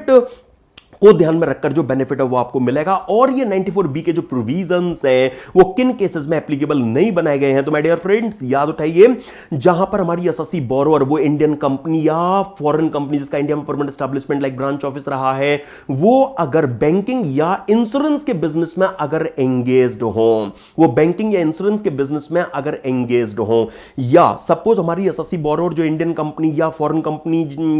का इंडिया में परमानेंट एस्टैब्लिशमेंट जो भी होगा, उन्होंने जो इंटरेस्ट पे किया है वो लोन जिनसे उन्होंने लिया है वो एक्चुअली कोई नॉन रेजिडेंट है जो बैंकिंग के बिजनेस में एंगेज्ड है, उनका इंडिया में permanent establishment like branch office है। तो जैसे कोई फॉरेन बैंकिंग कंपनी है, फॉरेन बैंकिंग कंपनी की जो इंडियन ब्रांच है, उस ब्रांच से अगर हमारी एसएससी बोरोवर ने जो लोन लिया उस पर जो इंटरेस्ट दिया, हमारी एसएससी बोरोवर पर ये 94B नहीं लगेगा। सिमिलरली माय डियर फ्रेंड्स, मतलब एक फर्क आपको समझ आना चाहिए। ये मत मन में रखना कि sir permanent establishment of foreign company तो फर्स्ट पार्ट में भी था और permanent establishment of of non resident तो सेकंड पार्ट में भी है। फर्स्ट पार्ट में वो permanent establishment of foreign company borrower थे और सेकंड पार्ट में वो लेंडर हैं। देन माय डियर फ्रेंड्स, इसके अलावा कोई ऐसी non banking financial company in short NBFC जिसको सीजी नोटिफाई कर दें, या कोई ऐसी फाइनेंस कंपनी जो आईएफएससी में लोकेटेड हो, जो बोर्ड के द्वारा प्रेस्क्राइब्ड एक्टिविटीज कैरी ऑन करें, बोर्ड की प्रेस्क्राइब्ड कंडीशंस को सेटिस्फाई कर दें, तो ऐसी फाइनेंस कंपनी पर भी ये 94B के जो प्रोविजंस है वो एप्लीकेबल नहीं होंगे। तो एक नई insertion my dear friends 94B में रिसेंटली ये हमें देखने को मिली। तो अब मैं कह सकता हूं कि हां,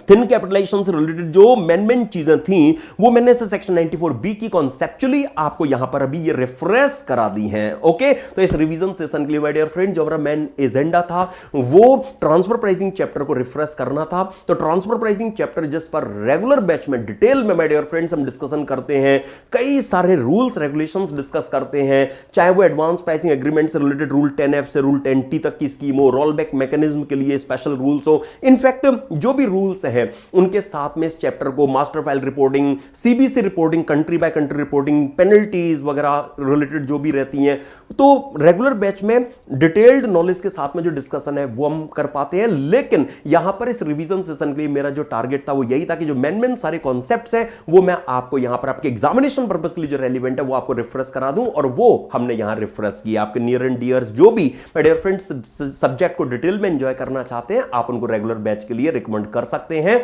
ठीक है फ्रेंड्स, चलो मैं मिलूंगा आपके साथ में नेक्स्ट रिवीजन सेशन में कुछ और इंपॉर्टेंट टॉपिक से रिलेटेड क्रूशियल कॉन्सेप्ट्स को रिफ्रेश करने के लिए। तब तक के लिए good bye to you, take care, thanks a lot to you.